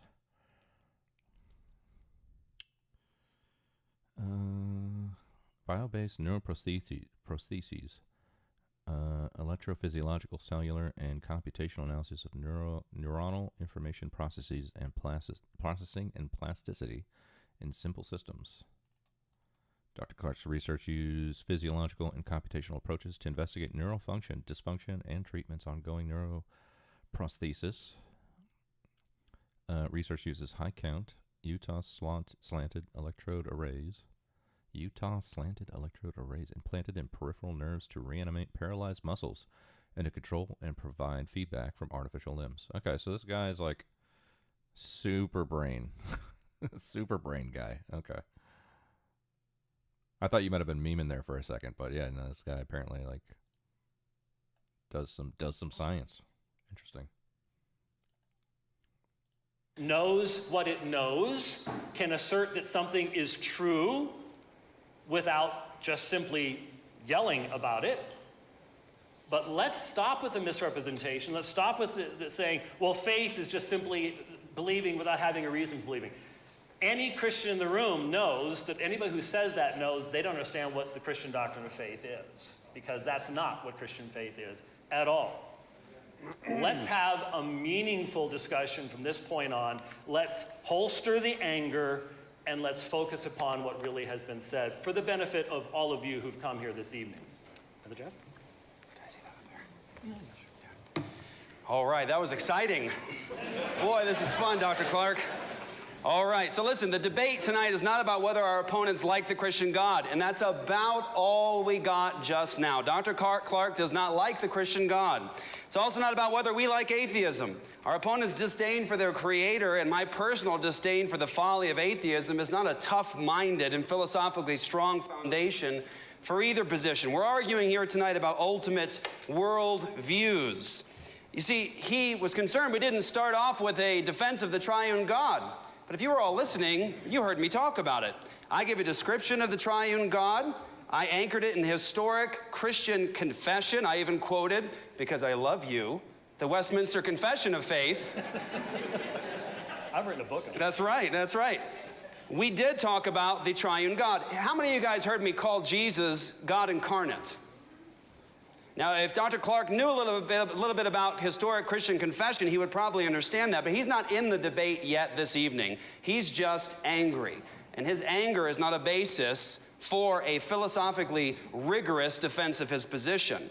Dr. Clark wants empirical evidence. I want to see it. I want to know it's true. I want to feel it, touch it, taste it, all the rest. He's matter in motion. He's a bag of fizzing atoms in a universe that doesn't care about him. He has no basis for the laws of logic. Consistency, Dr. Clark, you're going to have to justify an appeal to immaterial, that is not made of matter, unchanging, universal laws that are true tonight in Salt Lake City, Utah, and in Iceland. How do you do that in atheism? Is it by convention? We just merely stipulate that laws of logic today should be like this, and you're all supposed to hold to them? Which kinds of laws of logic do we hold to? Dr. Clark's laws of logic? Are they going to be the same 100 years from now? Are these laws justified within a materialist view of the world? I say absolutely not. He isn't in the debate yet tonight. He proved nothing. Nothing. He talked about goat herders, Joseph Smith, chocolate rocks, and all the rest. Dr. Clark, you should have known before you came tonight that we're not Mormons. What is necessary for this debate this evening? What? Listen closely. Very important, and I respect you enough to speak to you with humility at this point. Induction. That nature is uniform. You see, this isn't a problem. Dr. Clark doesn't like this. He doesn't like Christians doing this to him. This isn't a problem presented to Dr. Clark by presuppositional apologists. I want to know what his answer is to the Scottish skeptic David Hume, or to the famous atheist Bertrand Russell. In his book, Problems of Philosophy, chapter 6, he presents this problem to atheists like Dr. Clark, and he says, I want a basis. Don't tell me that nature is uniform because it always has been. I want to know how we know the future will be uniform because everything depends upon it. And don't tell me, well, it always has been. That position is a position of sheer, ignorant, blind faith. And the Christian position rejects that kind of faith commitment. Dr. Clark has no coherent appeal to the laws of logic. And he needs to start getting into this discussion tonight. What is his justification for the laws of logic? How do you justify them? Dr. Clark was very, very concerned that human beings are being abused by religion. He's very, very concerned, and by the way, I agree with Dr. White, incredible what this man is doing in terms of taking care of other image bearers of God, making sure they have what they can have in a broken world, to touch things, grab things. It is incredible. But that displays the image of God in him. He knows that that is an image bearer of God. It's not a snail, rock, horse, or dog, or dirt. It's worthy of our value, dignity, and respect. And that's what we plan to give them this evening. Dr. White will be preaching for us Sunday, and you are welcome to join in with as many amens then as you wish. Please wait till Sunday. We will now have 10 minutes of rebuttal from those taking the negative side.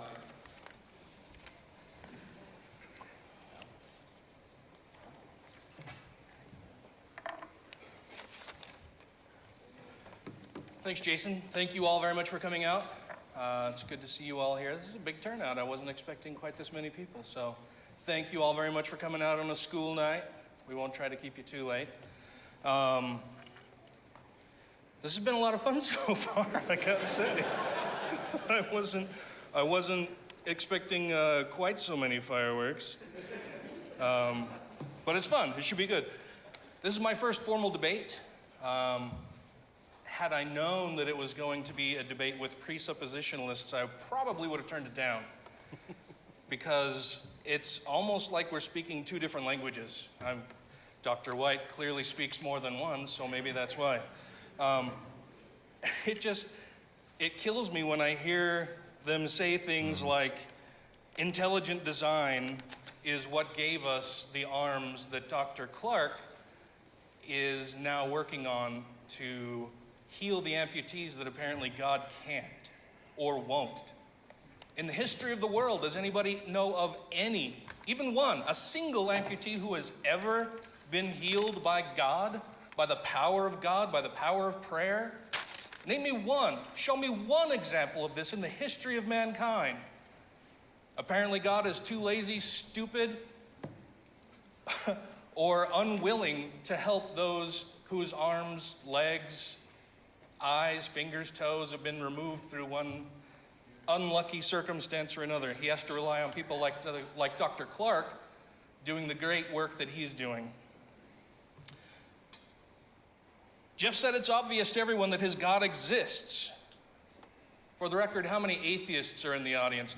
If you are an atheist, you don't have to raise your hand. I know that in some spots that's a little dangerous for people. So clearly we don't all know that his God exists. Fish don't become philosophers. That's true. Humans do. It's not my fault that Jeff doesn't seem to understand how evolution works, but it is a fact nonetheless. He thinks it's magic, and in some sense I agree with him. It's amazing, but is he then implying that his God doesn't use magic? What would he call it, I wonder? Special secret powers? The primary argument that James and Jeff are using to prop up a belief in their God is what is referred to as the transcendental argument for God. This argument attempts to prove the existence of their God by arguing that logic, morals, science, love, everything ultimately presuppose a supreme being, and that their God must therefore be the source of that being, the source of said logic, morals, science, love, and everything else. James used a bit of science in his opening remarks. It's curious to me that he borrows from my worldview in order to do so. That science is the best method we have for explaining and exploring the world in which we find ourselves. The problem is his religion forces him to cast aside scientific reasoning and logic whenever it doesn't fit the narrative that the Bible he believes is inerrant tells him. Jeff seems to like using a line that we're all just stardust. I don't think I'm just stardust. Do any of you think you're just stardust? Something to be swept up off the floor, discarded? Something that you can easily just get rid of? Something that doesn't think, doesn't love, doesn't use rational thought to come to conclusions. He may think we're stardust. I think we're a lot more than that. We don't need an invisible sky fairy to tell us to be good to each other. Oh, God. And the fact that he phrases the question The old invisible sky fairy argument. in the way that he does, that if we're all just stardust or protoplasm I bumping really in, don't like when atheists do this. I don't know if this guy's actually, I don't know if how much he meant that. I don't know if it was like, just kind of fucking around, or if he's actually one of those atheists that uses Sky Daddy discourse. But I really don't like that. I don't know. I don't find it useful to insult people when you're trying to make a point to sell your own worldview. I think that's just fucking stupid.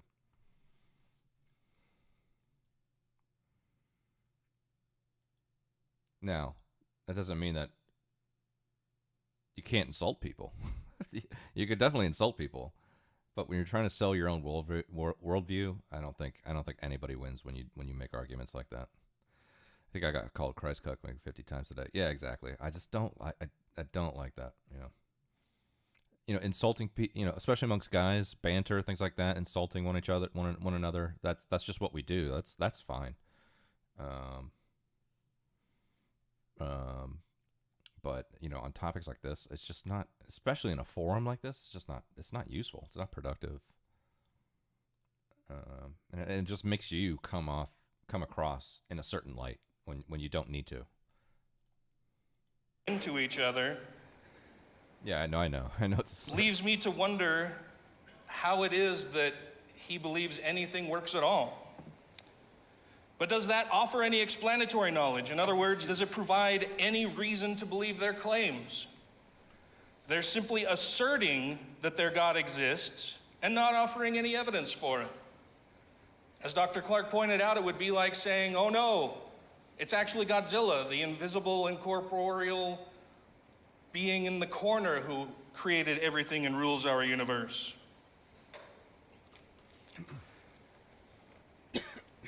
Ooh, it's a pretty sunset tonight. God must have made that. Are you trying to tell me that trees and birds and puppies and kittens all just happened through some random series of events? Yeah, pretty much. The time to believe that a claim is absolutely true is only after it has been demonstrated to be true, not before. James and Jeff have contended that logic itself is impossible without their God, and that without their God and the laws of logic their God creates, the world would be an absurd place. But logic itself cannot be used as a justification for belief in their God, so they are compelled to employ the slimy tactic of putting themselves above everybody else and claiming that they and people like them have the truth. They argue that their God has revealed himself to them through Scripture and some other hocus-pocus notion of their God's existence being written on our hearts and minds. But if, as I'm sure they would agree, humans are fallible, then they must also surely acknowledge that any message received by their God would have to be processed by the fallible minds of the fallible people to whom their God has revealed itself. I have yet to see where modal logic is described in the Bible, but apparently James and Jeff thinks this represents the mind of their God. They smuggle in a lot of non-Christian reasoning and conflate their own understanding of things with the mind of their God. That's not only arrogant, but if their God exists, it's also blasphemous. Even if naturalism or materialism cannot provide a firm foundation for knowledge, and I don't know that it does, I'll freely make that concession. It does not follow that belief in a God can. Simply asserting without evidence that it can is a lapse in moral judgment itself and exposes their arguments as the hollow, my God is better than your God, ignorant and childish stance that it is. James and Jeff believe that their God is perfection itself.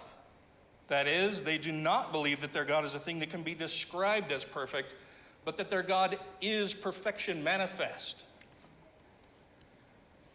But if a being can be described not as simply something which is perfect, but that the being in and of itself is perfect, why would such a being create anything at all?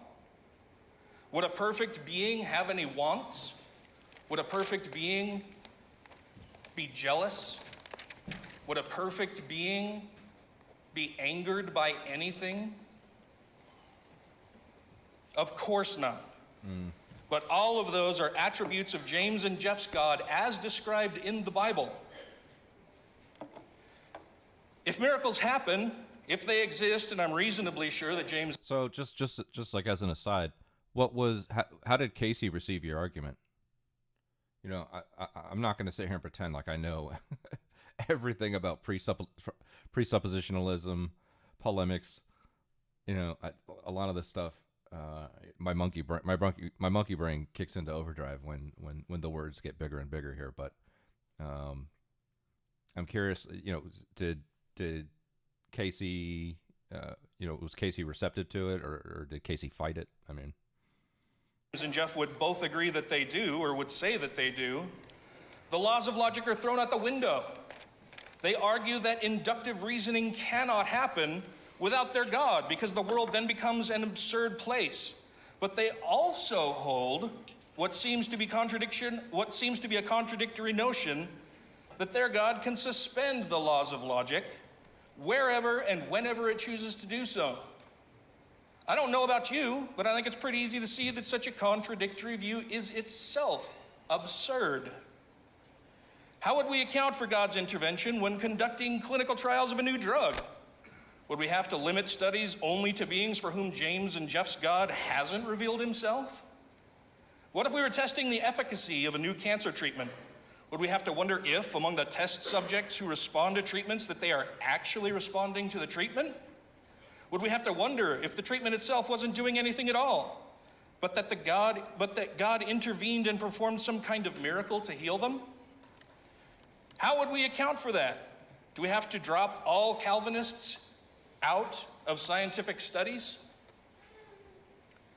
Does their God reveal himself to animals? Would we only be allowed to know for certain that animals are the only viable test subjects upon which we can rationally conduct any scientific testing because God wouldn't be mucking up the results? I don't think James and Jeff take their own conclusions about presuppositionalism seriously. As I heard from the crew of one of my all-time favorite podcasts, Reasonable Doubts, thanks for the reminder, Lars, quote, "If this is how a presuppositionalist thinks, shouldn't Calvin College be full of departments that are busily working on revising modern probability theory to account for all of this? Isn't there a potential contradiction, then again, with the laws of logic? Because something like Bayes' theorem can be proved, right?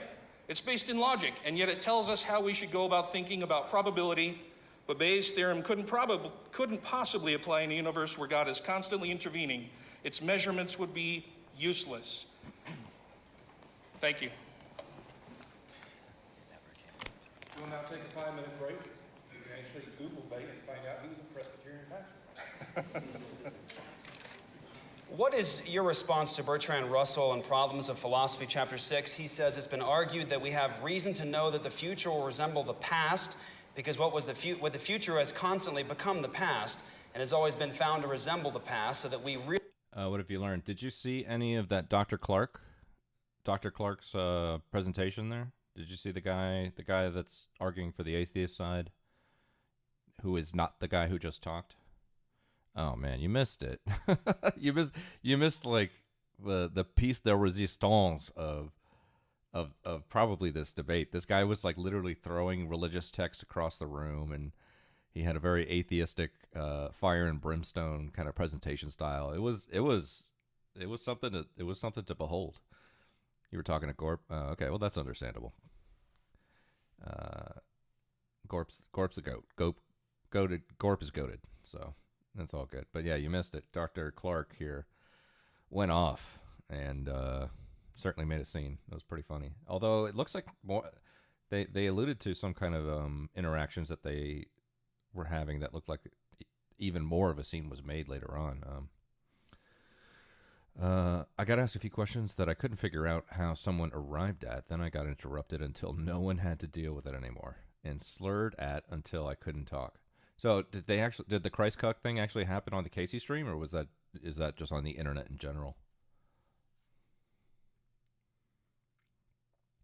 Did they go the Sky Daddy route?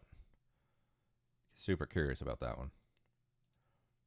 Really have experience of the future, namely of times which were formerly future, which we may call past futures, but such an argument really begs the very question at issue. We have experience of past futures, but not of future futures. And the question is, will future... I mean, like when that happens, it's very much like, rules for thee, not for me kind of shit. I mean, if you sat there and slurred against any kind of groups that they would be advocating for, you would be instantly be labeled as something for sure. But if you're in the atheist camp, you're just allowed to just sling Sky Daddy slurs and Christ cuck slurs with no abandon, because that's okay. It's okay to do that apparently. Told the guy to report the stream if he continued. I'll burn it down. Yeah. Oh man, it's not. Look, it's one thing if a couple guys are sitting around bantering and insulting each other. That's one thing. That is one thing. But when you kind of like when you come to a place where you're talking about something serious and there's kind of an understanding there that you're trying to argue in good faith. I mean, you know, what better way to ruin that than by just going around with Sky Daddy Christ cuck stuff?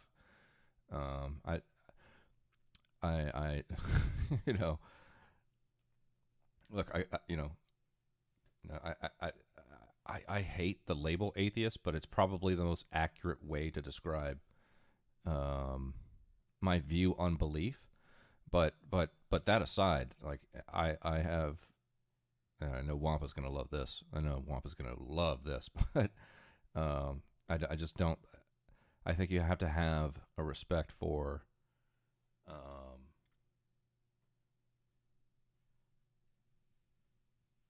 tradition and religious worldviews, because if you want that for yourself, you have to lead by example.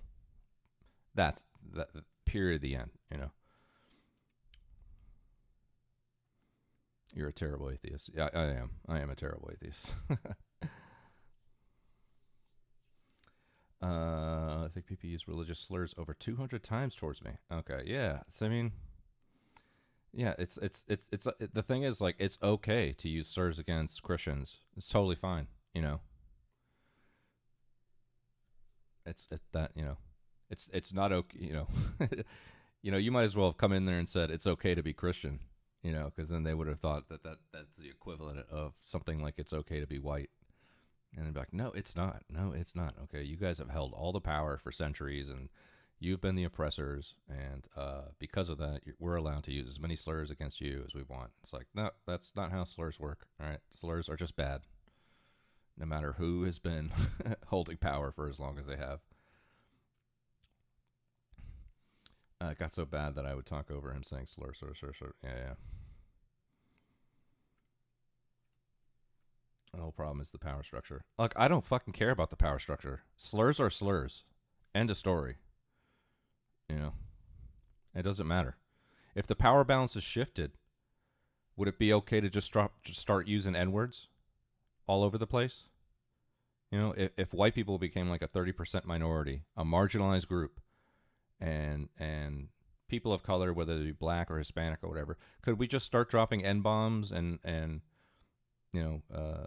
derogatory Hispanic references? Could we just start doing that at that point? Would that be okay? You know? What slurs am I talking about? Well, we were particularly talking about slurs towards Christians, which is what Aristotle experienced earlier when they were talking about this kind of stuff in Casey's stream. DM of classic YouTube short. Futures resemble past futures. This question is not to be answered by an argument which... Just join the fucking Discord, Veldrain. Jesus. I know you are... Your level of engagement is limited. But, you know, I only have fucking 9 people on my Discord, and I need some people to bring the fire. All right? Veldrain brings the fire. I need the fire in the Discord. So just join the fucking Discord already. Starts from past futures alone. We have therefore still to seek for some principle which shall enable us to know that the future will follow the same laws as the past. What is your response to Bertrand Russell, atheist, in Problems of Philosophy? My first response is to you, and I remind the audience that the topic... Hold on.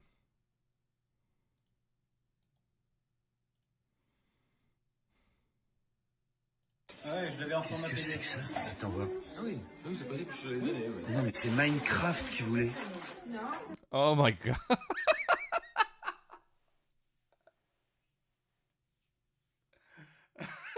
Oh my god. Is that real? Is that unironic? Did that actually happen? I'm not showing the rest of that. I'm not, I'm on Twitch right now, so I'm glad my screen is the source that I have for the browser is as small as it is, because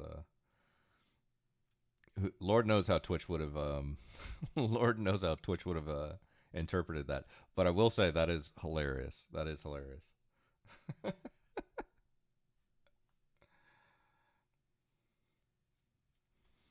I'm hella drunk and also not bringing the fire. You are never sober, so I'm just always assuming you're drunk anyway. And yeah, you're bringing the fire. I don't see how you're not bringing the fire. But the thing is, I don't care if you bring the fire in the chat. Who fucking cares about that? Bring the fire into the Discord, okay? My main use for the Discord is just to send out notifications in case I stream on different platforms. So between Twitch and Kick and YouTube, instead of just signing on and crossing my fingers and hoping people at some point join my streams in case I'm not on Twitch, which we all are on right now.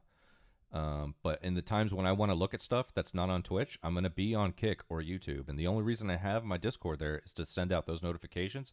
However, I do enjoy the memes and the articles and the videos that you guys share in there. So it's kind of like a secondary source of entertainment for me. The primary purpose of it is to send out those notifications for other platforms. But what I want where I want the fire is in the Discord. Okay, I don't care about the fucking chat. If I had 50 people in here right now and people were just chatting endlessly, I wouldn't be able to keep up with the fire. So right now, I don't know, I got like 5, 6 of you guys in here, and I love it, and I'm enjoying it. But in order for me personally to absorb the fire, then it's got to be in the Discord,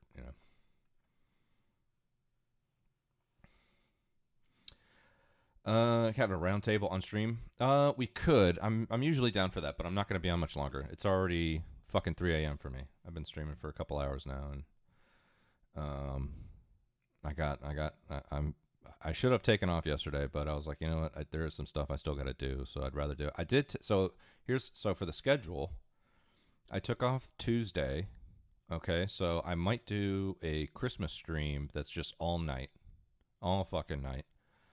I'm gonna stream on Christmas anyway, but I'm thinking about whether or not it's gonna be like, a 24-hour stream or a 12-hour stream or something like that. It'll probably be something significant. And then I also took off the Tuesday after New Year's. New Year's Day. So I'm gonna be doing something at least for Christmas. I will be here for Christmas. So if you got no plans and you want to hang out on Christmas, I'm going to be here.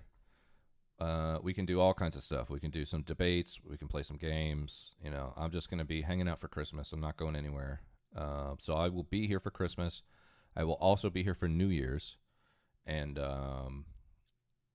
yeah, I took off the day after the federal holidays so I could actually stay up all night and just hang out on stream and be with anybody that needs some company. Because I will be one of those people that needs company.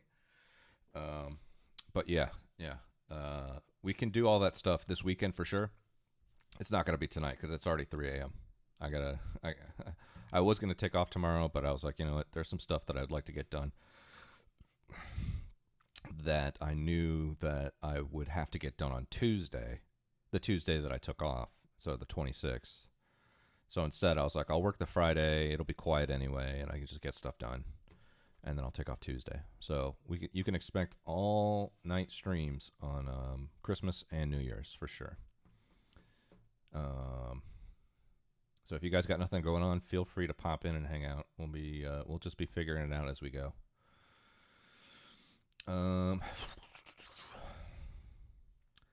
can use your moderator powers. Disgusting. The reaction I get to bringing the fire in other streams is, it's too hot, go away. Yeah. Whatever, Veldrin, I'm just saying, you could jump in the Discord. This isn't one of those places where I'm just gonna look. If you just start, spamming swastikas in the Discord, you're fucking gone. Whatever. I'm still gonna adhere to Discord terms of service, but if it doesn't involve the terms of service, it's basically anything that you could have done or said in chat that would still be spicy enough to be in Discord. I'm happy I'm happy to foster a breeding ground of free speech, But the moment you start like spamming fucking swastikas everywhere, it's like, no, you're gone. I'm just, I'm not gonna sacrifice, the 9 people in my Discord for somebody that wants to come in and do that. But whatever. I would love for you, Veldrain, to come into the Discord, bring the fire. Aristotle's in there, Anoka's in there, Criticorn's in there, fucking Conrad's in there. There's a bunch of people. Oh, there's not a bunch of people, but there's enough people to at least have some fun, cozy kind of conversations. And there's a whole meme channel. You can drop meme channels in there, links for me. There's a whole channel for links, so you don't have to DM me anymore. What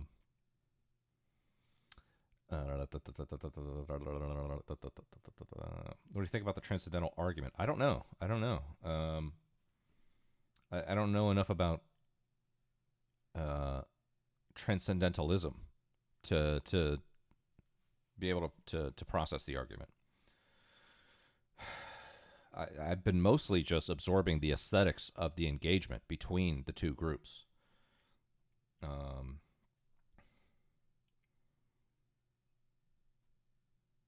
It's hard to tell. I mean, and you got to think too. We've only gotten through an hour of this. There's still another hour to go.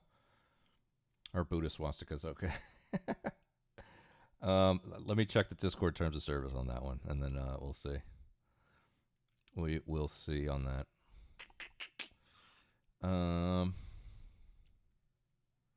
But yeah, I don't know. I don't know about. I can't tell. I mean, it's been hard to discern.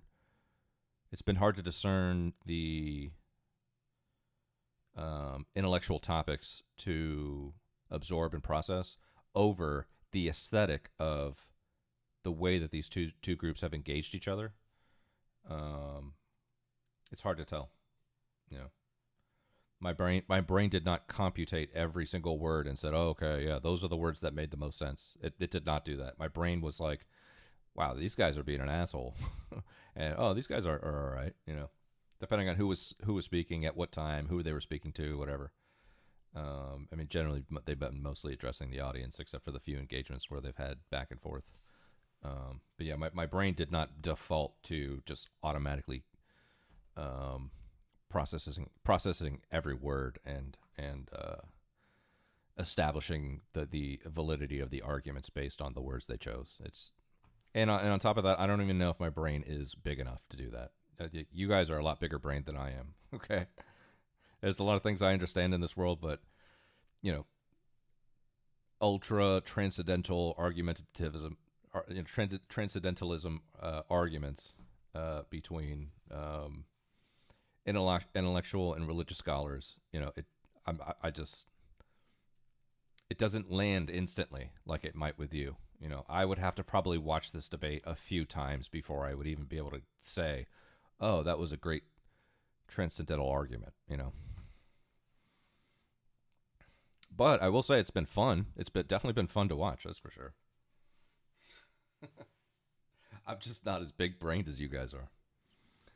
I think what we'll do though at some point, I'm going to be ending here in a second because I do have to go to bed. But I think at some point what we'll do is try to catch that Casey VOD. We'll open up the Casey VOD and listen to the debate that you had. Maybe you probably put it in a much more relatable way. At least it's entertaining. Oh, it's super entertaining. It's definitely entertaining, and there's a whole hour left, so I'm sure it gets better too. But I think what we'll do on another day, maybe tomorrow or Saturday or something like that, is open up the VOD that Casey had. The VOD isn't worth watching. Well, we don't have to watch it. We could just have it on in the background and listen to it for a little bit. People got so drunk. Okay. Well, honestly, even if you think it's not worth it, I think what I would get out of it is, one, to hear your arguments in the context of how we were trying to discover them through this debate, but also two, the whole slurgate. We'll call it slurgate. I'd be curious to hear the use of slurs and just understanding. Reinforcing my fucking negative worldviews on how fucking condescending and pretentious atheists can be towards religious people. You know, I love hearing that stuff because it just pisses me off, and I like getting pissed off. So I would not stop interrupting. Then, you know what? I think we'll do that then. I mean, you know, you don't have to stick around for it if you don't want to, but I'm curious. You know, I don't know if it was like 5 hours long, but if it's like 30 minutes to an hour or something like that, I would totally open up the Casey VOD and check that out for sure. I think it would be. I'd be interested in hearing the arguments. I'd be interested in hearing why the back and forth went the way it did.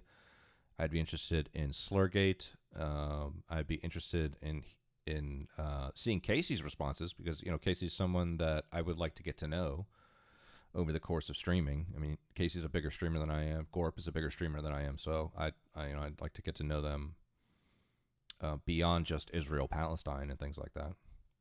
So I think that'll be useful. I think we'll do that this weekend. Is just open up that VOD and check it out for an hour or so.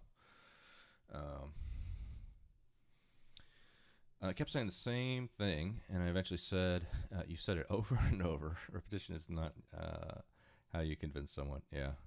No, don't even spoil it. Don't even spoil it. I'm definitely going to watch that. I think that'll be interesting. I don't want to cuck that content. I think it'll be cool. You guys did. Okay.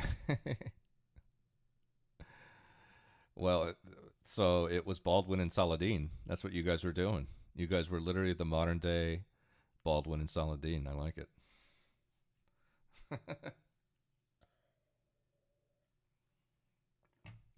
I pray that you return to Damascus unharmed. Do we have terms? We have terms. I will send you my doctors. Alaikum salam. Assalamu alaikum. I love that scene. It's just such a good fucking scene, man. I love it. Awesome. So yeah, but whatever. You know, I'm not gonna say. I don't have time to do it now because it's already 3 and I gotta go to bed. But I will be. I am in San Antonio all holiday weekend. I'm doing Christmas. I'm doing New Year's. I'm hanging out. You know, Saturday. Excuse me. When's Christmas? Monday. Christmas is Monday night, so I'll probably cook a steak and a lobster, have a couple bottles of wine, and do a 24-hour stream or something like that. Usually, depending on who I'm with on Christmas, you know, sometimes I go to New York and I'm hanging out with my friends in the city, but this year I'm just staying home and keeping it quiet. And I just I'll cook a big ass steak, I'll cook a lobster, roast some potatoes, open up a couple bottles of wine, maybe even get like a good bottle of scotch. I'll probably get a cigar or two. Maybe I'll do like a portion of my stream IRL so I can just like sit outside with a cigar and just have my phone with me and just do like a little IRL stream. I've never done that before, but I was curious about it. But I kind of get a little celebratory and gluttonous on during the holidays, and Christmas is no exception. So yeah, steak, lobster, wine, whiskey, cigars. We can do that on Christmas. I mean, maybe 24-hour stream. Who knows? Taking the day off the next day. New Year's, probably the same thing. Same thing. You know, maybe instead of steak and lobster, I'll do, I don't know, steak and crab. I don't know. But I tend to get a little bit gluttonous on the holidays. It's like the one time where I tend to enjoy myself regardless. But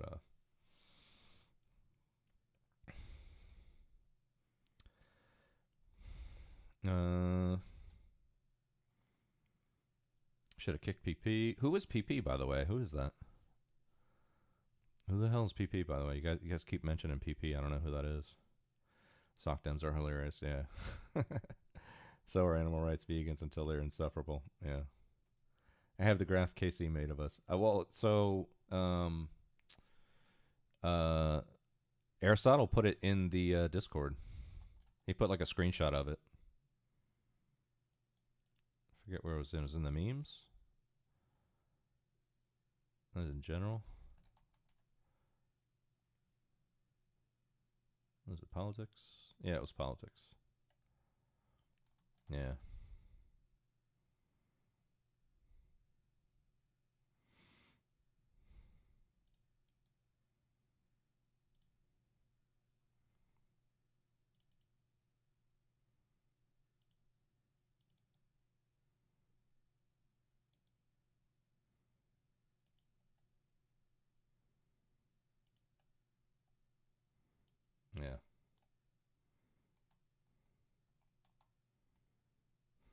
Who is PP? So who's PP, by the way, though? Who is that?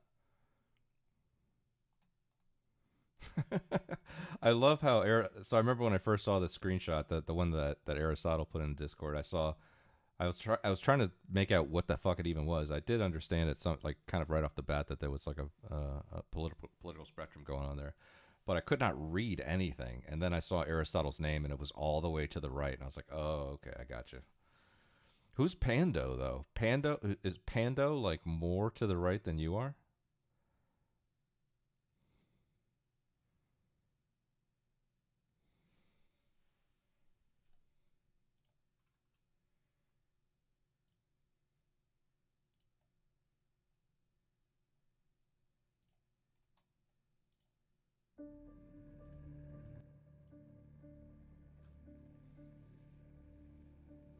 Oh, okay.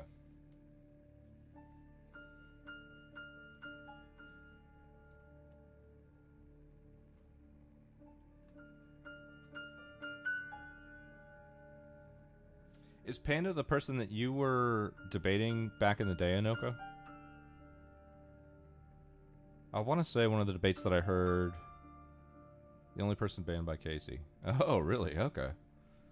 I thought I wanted what I wanted to say is I thought like the first debate that I heard Anoka do on Casey's stream was against Panda, because I remember you telling me that name.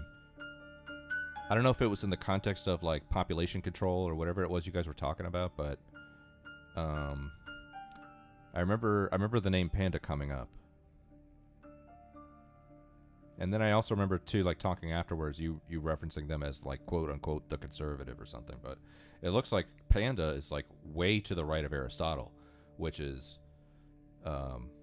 impressive. That's what it is. It's fucking impressive.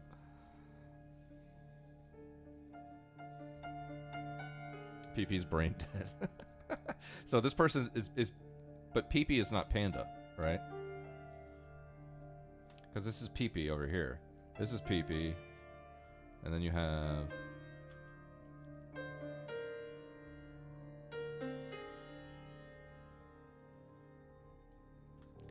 Panda.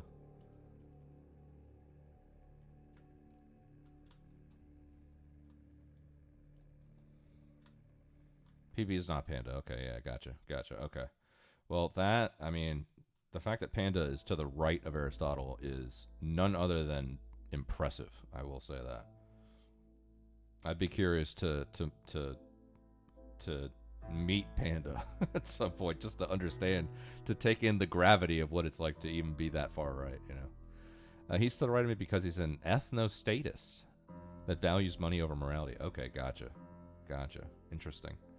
Well, I guess there's also some context probably there in the sense that Casey probably feels a certain way about Panda's arguments, and I can only imagine Panda's arguments in relation to something like Israel-Palestine, and I know that's one of the hotter topics in the Casey stream. So,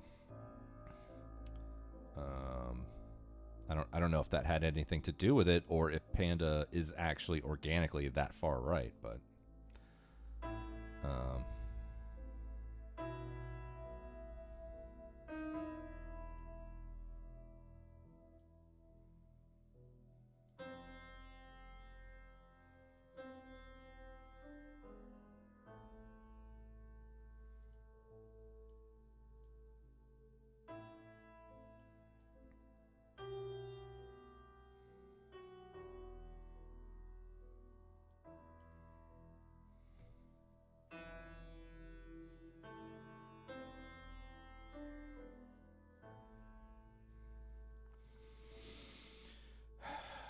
I don't know. If I made this map, I'd probably be somewhere between Anoka and Aristotle, somewhere in that range.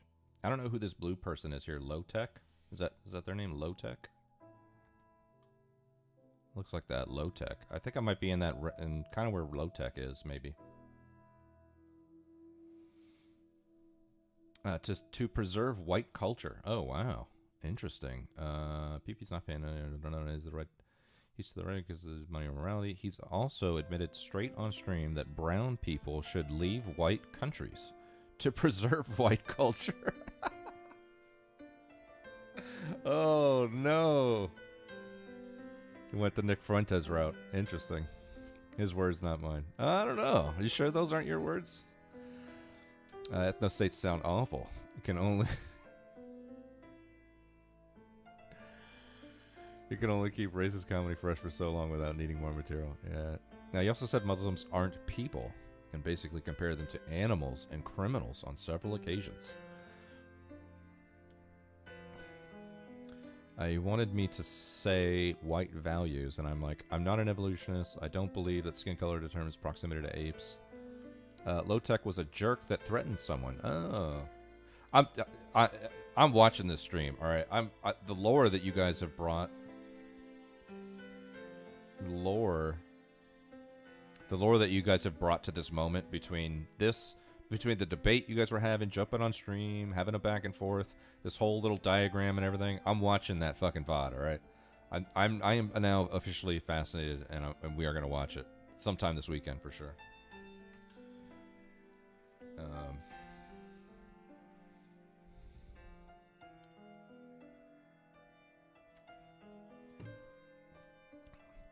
Well, I can't wait. No. Literal groomer.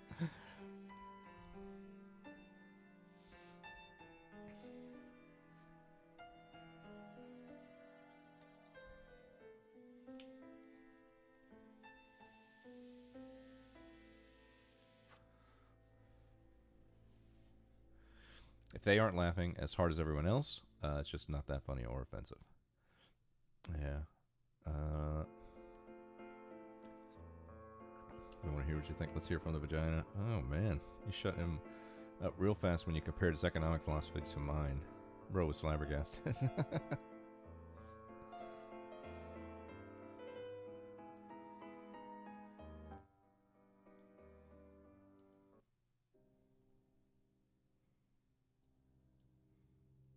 Yeah, we'll definitely watch the VOD this weekend.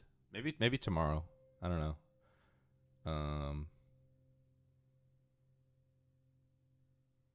There's a piece of content that Conrad wants me to watch, and I am down to at least start it. I will preface if I'm only gonna start it if Conrad's in the chat, but it's like 4 hours long. It's a 4-hour fucking conversation, and at the very least, I'd be like, you know what? Anybody that is generous enough to put some time in my Discord and put links and memes and stuff, I'll give it a shot. But I'm definitely not doing the 4 hours in one shot unless it's like super amazing content. But I don't think it is. I think it's just a conversation between two people. So maybe we'll do it in like 30-minute chunks. But there's that. I would like to finish watching the rest of this debate, so we could probably do that tomorrow too. But I think the real piece of content that I want to see is this VOD. So I think that's what we'll do. Told him when I met him that I had read, and I was a little red book, Engels, Utopia, and nearly every relevant philosophical book. I don't know why he thought I was lying. Well, I'm curious. Don't spoil it. Don't spoil it. Okay. No more fucking spoilers. I am curious now. I'm fascinated. I think it's going to be interesting. Maybe we can get Casey on the stream and get Casey's point of view on how everything unfolded. I think it'd be interesting too. I think I'm in Casey's Discord. Casey's Discord is the dumpster fire, right? Yeah, it is. Okay. Yeah, so I'm in there.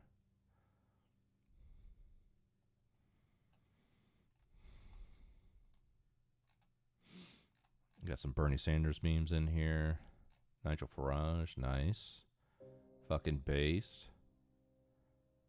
Nigel Farage's biggest bust-ups in the EU Parliament. Oh, man, I binged the fuck out of Nigel Farage in the EU Parliament back in the day. I love those videos. He was so fucking based back then. Because everybody in the EU Parliament was just so stuck up and fucking... I don't know, stodgy, whatever.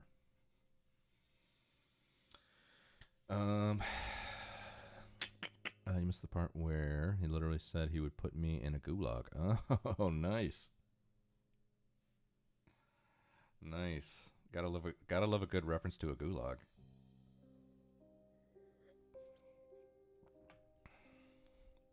Last thing for spoilers, but the Hitler shit was funny, and the way he answered the Trump Dave Duke part, man. Okay. I was dying of laughter. All right, that's it. No more spoilers. We're watching it. How you guys were underselling it, or at least maybe Aristotle was underselling it earlier. Like, you don't need to watch that. It's not that good. It sounds amazing. This sounds great. This sounds like a good piece of content to just kind of, sit around and make s'mores over the campfire with and just kind of chat about. Oh, s'mores. Maybe I'll make some s'mores too this weekend. Like broiled s'mores, not campfire s'mores, but Trey Gowdy is also fun to watch. Well, for me at least. Yeah. So bad you can't look away. Yeah, I'm interested. I'm super interested now.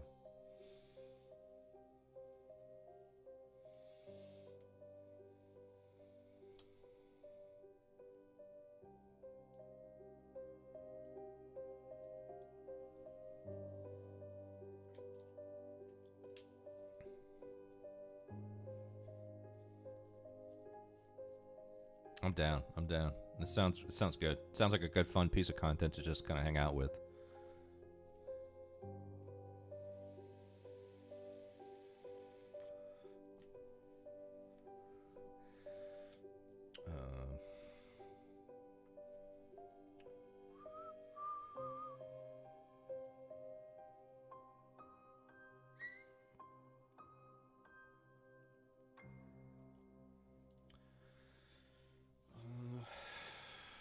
Are you guys gonna be here this weekend? Are you guys doing anything for Christmas, or are you just gonna be hanging out with your fellow internet degenerate like myself?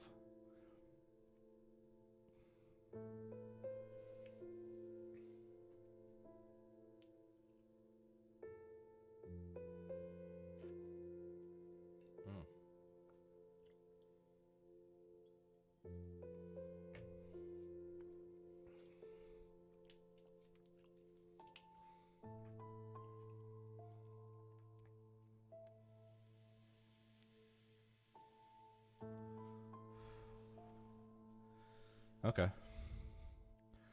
Well, if you're not going anywhere, then you'll at least have some company, because I'm staying in as well.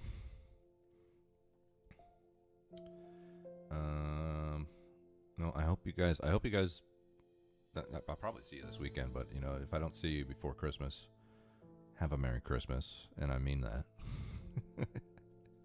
Even if you think it's a pagan holiday, or if you think it's offensive, or whatever, we are winning the war on Christmas. Okay. World War Christmas is what we're doing. We're winning that war with General Bill O'Reilly at the helm of the war on Christmas. Pagan holiday. So the thing in fundamentalist Christian circles is that the roots of Christmas have pagan origins, particularly surrounding the traditions of having a Christmas tree. There's something about cutting down the tree was a sign of some kind of pagan thing.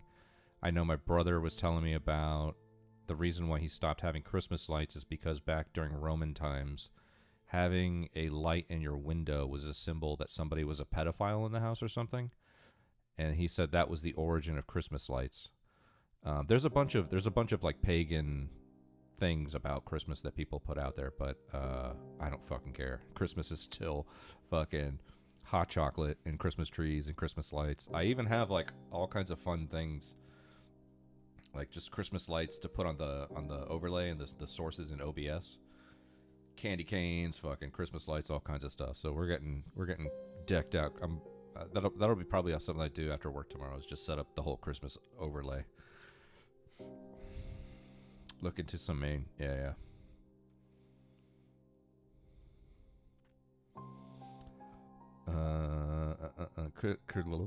Christmas is the opposite of a pagan holiday. Well, if you talk to certain Christians, they would say otherwise. And my family's a prime example. That my family, when I call my family on Christmas Day to wish them a Merry Christmas, when I call my dad, he says, "Yeah. So how are you?" He won't even say Merry Christmas back to me because it goes against his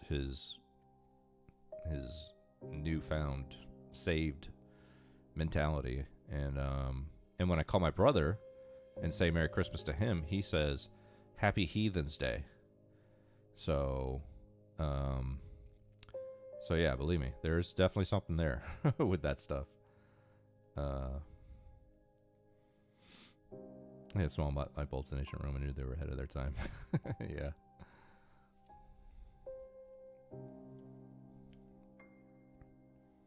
Samhain's a pagan holiday I celebrate every year with my people. It was appropriated by the church. They enslaved us and took the land and changed the religion and co-opted our culture for Christ.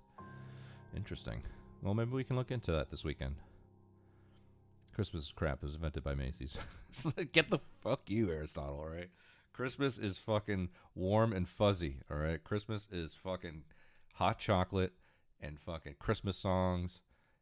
It is America, okay? I maintain that Christmas, we are returning to tradition with Christmas, okay? We are winning the war on Christmas is what we're doing. Samhain is warm and fuzzy. Okay, well, you know, maybe we could do some Samhain, some fucking Kwanzaa. We'll get all of it, but we are not gonna knock down Christmas because of fucking, you know, cis heteronormative colonial fucking whatever the hell. All right, Christmas is still Christmas. All right.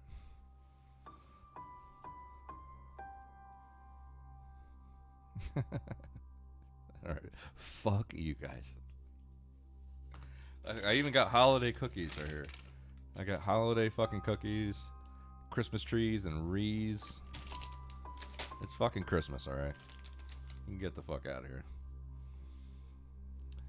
Pedestry was uncommon in Rome, but it was more of a mentorship. The romantic part was still seen as a social taboo, so lights used to advertise something that was social taboo seems made up. I don't know if it was Rome. He you know, when my brother makes arguments like that, he just tends to get to the point, you know. He may have well could have meant during the Greek Empire.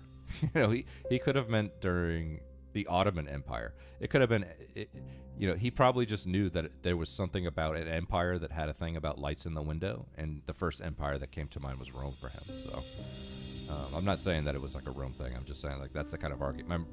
My brother was making an argument that back, you know, 1,000 years ago, some empire had a light in the window and it was a bad thing, you know.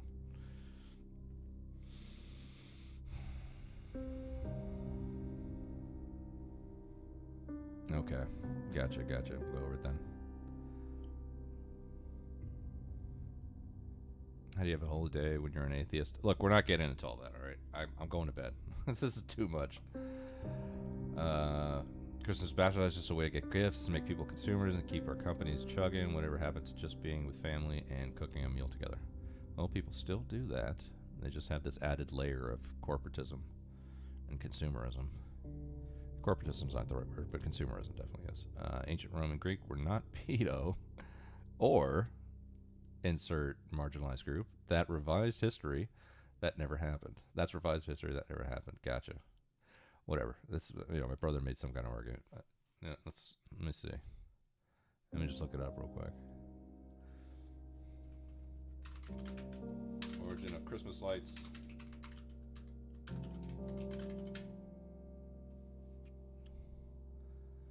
Origin of Christmas lights pagan.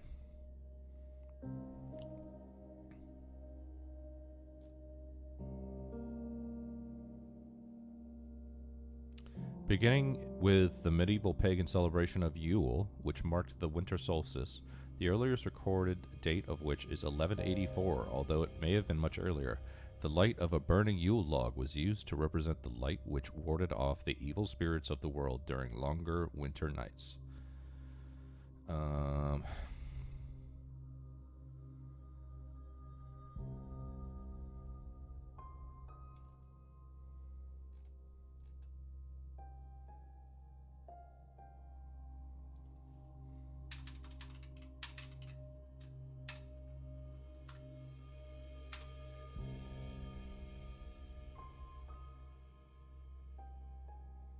Okay, I think my brother was just pulling this fucking pedo thing out of his ass because nothing's coming up. I mean, there's a bunch of weird shit coming up, but nothing about like some fucking ancient empire from back in the day. But I mean, and my brother tends to do this kind of thing, so.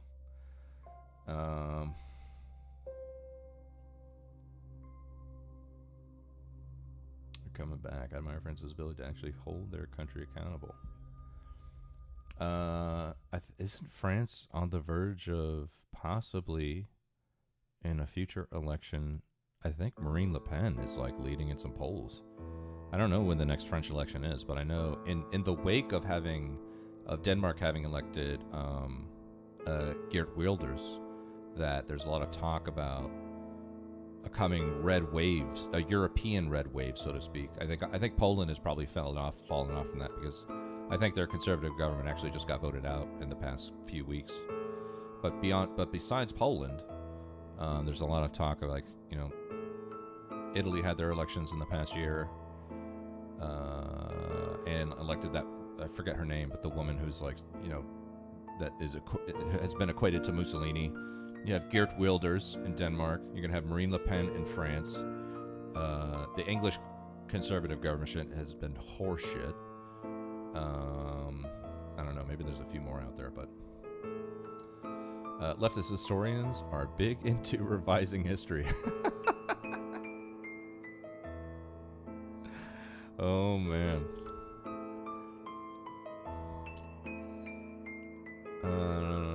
Despite your filthy beliefs, you can come experience Submarine before your people stole it. We will eat apples, dance, cook meats, drink mead, say goodbye to our dead, celebrate the harvest with great food. Like the filthy pagans we are. If I were France, I would follow Poland and just kick everyone out who is not documented. Yeah, so Poland has... That has been what Poland has been doing. However, I believe Poland just lost some massive elections. As far as the hold of the conservative government in Poland is concerned, I'm pretty sure they lost their majority in the past few weeks, I think. So the tides might be turning in Poland, although I think they probably set a lot of things in a lot of conservative infrastructure in place that I don't know. I don't know enough about Polish politics, but conservatives have had a good run there. But what would be very curious is to see if Marine Le Pen would actually get elected in France. For me, I think that would be fascinating. I am going to be watching the next French election every day. Every day I'm going to follow up the news on the French election for sure. I am super curious about a Marine Le Pen election campaign. I think it'd be interesting to watch. Actually, the term revisionist history is from Mouse, Little Red Book. Does not mean what you think. It means the vision was to change history to be whatever helped the party, and a revisionist wants history to go back to what it was. Interesting. The snakes were pagan. All right, look, I gotta go. Look, I love you guys, but it's 3:30. I will be on tomorrow, and we can just fucking argue like nutbags and hang out. We'll watch the rest of this debate. We'll watch, if Conrad's here, we'll watch a little bit of... On a gathering storm comes a tall, handsome man in a dusty black coat with a red right hand.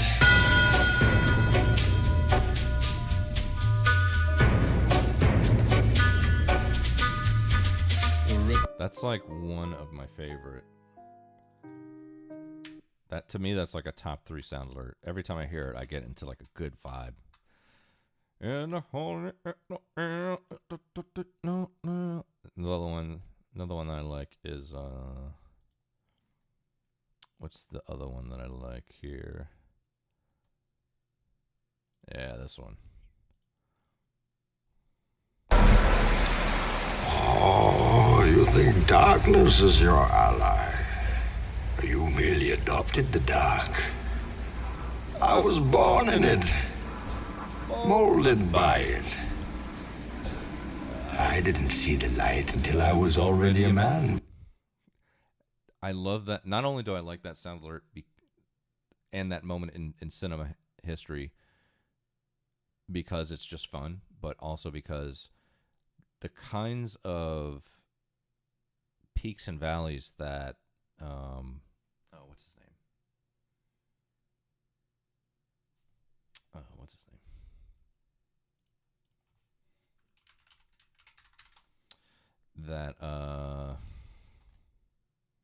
That Tom Hardy, the peaks and valleys that one scene, his voice does. Oh, you nearly adopted the dog. I was born. Like, as someone who loves voice work and has engaged in it somewhat, it's just a fun little clip to ride the wave of all different modes of expression. You can go super bass and low, and you can go like that. It's fucking awesome. I love that shit. History is written by the victor. That doesn't necessarily mean the victors at the time of the victory could be present day. Yeah, that's true. Not before that sound alert. Yeah, exactly. I appreciate that. Criticorn's always bringing in the wholesome moments. So I do appreciate that. Thank you. Thank you for grounding us here.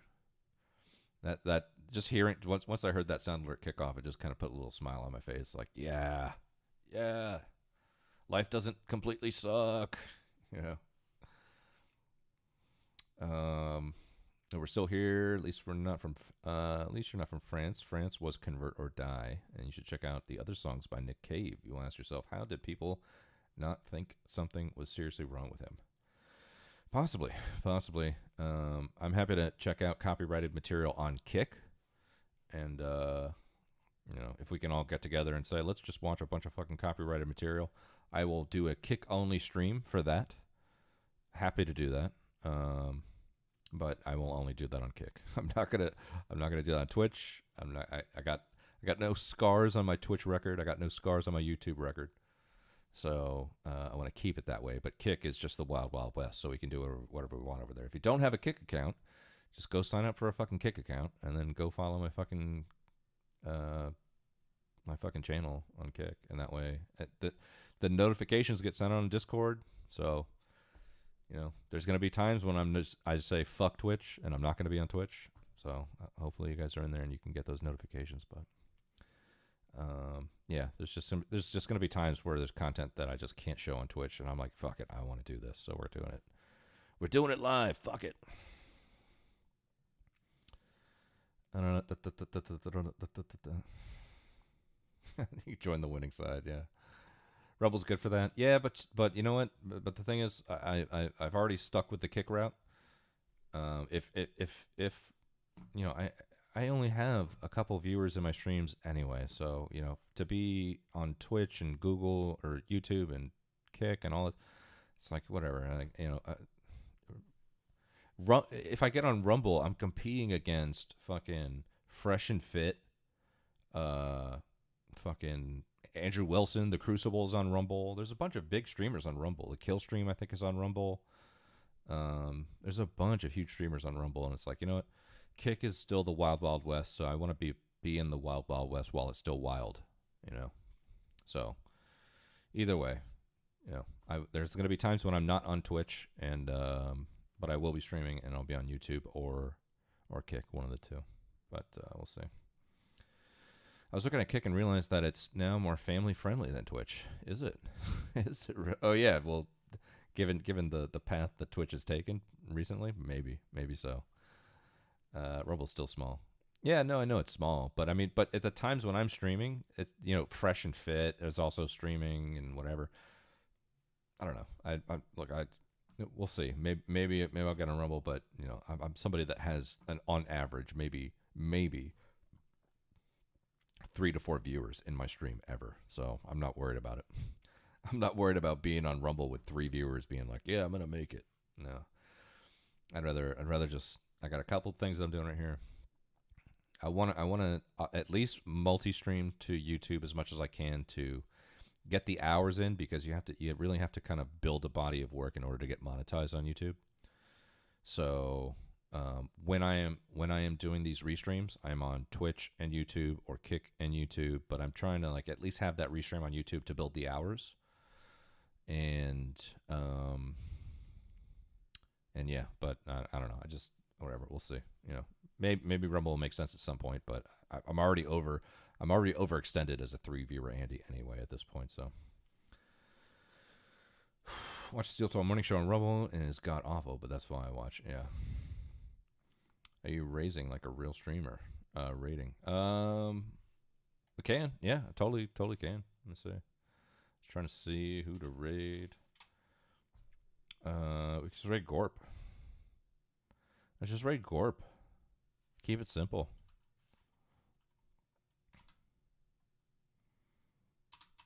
Keep it simple. Yeah, we're doing that because I gotta go to bed.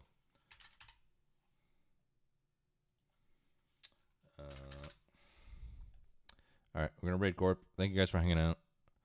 I'll be on tomorrow. I'll be on all weekend. If you got nothing going on over the Christmas weekend, I will be here.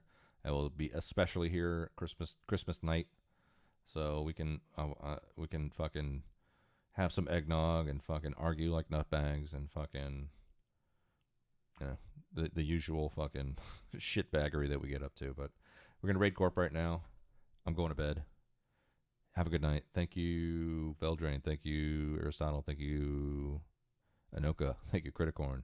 Thank you, Aristotle, Anoka, Criticorn, Veldrain. I think it was somebody else in there. Oh, Spider-Man. Thank you, Spider-Man, for hanging in. I appreciate it. All right. I'll see you guys later. I'll see you. Peace, peace, peace, peace. Say hi to Gorp. When you get in there, spam all those fucking King Baldwin fucking emotes in there. All right.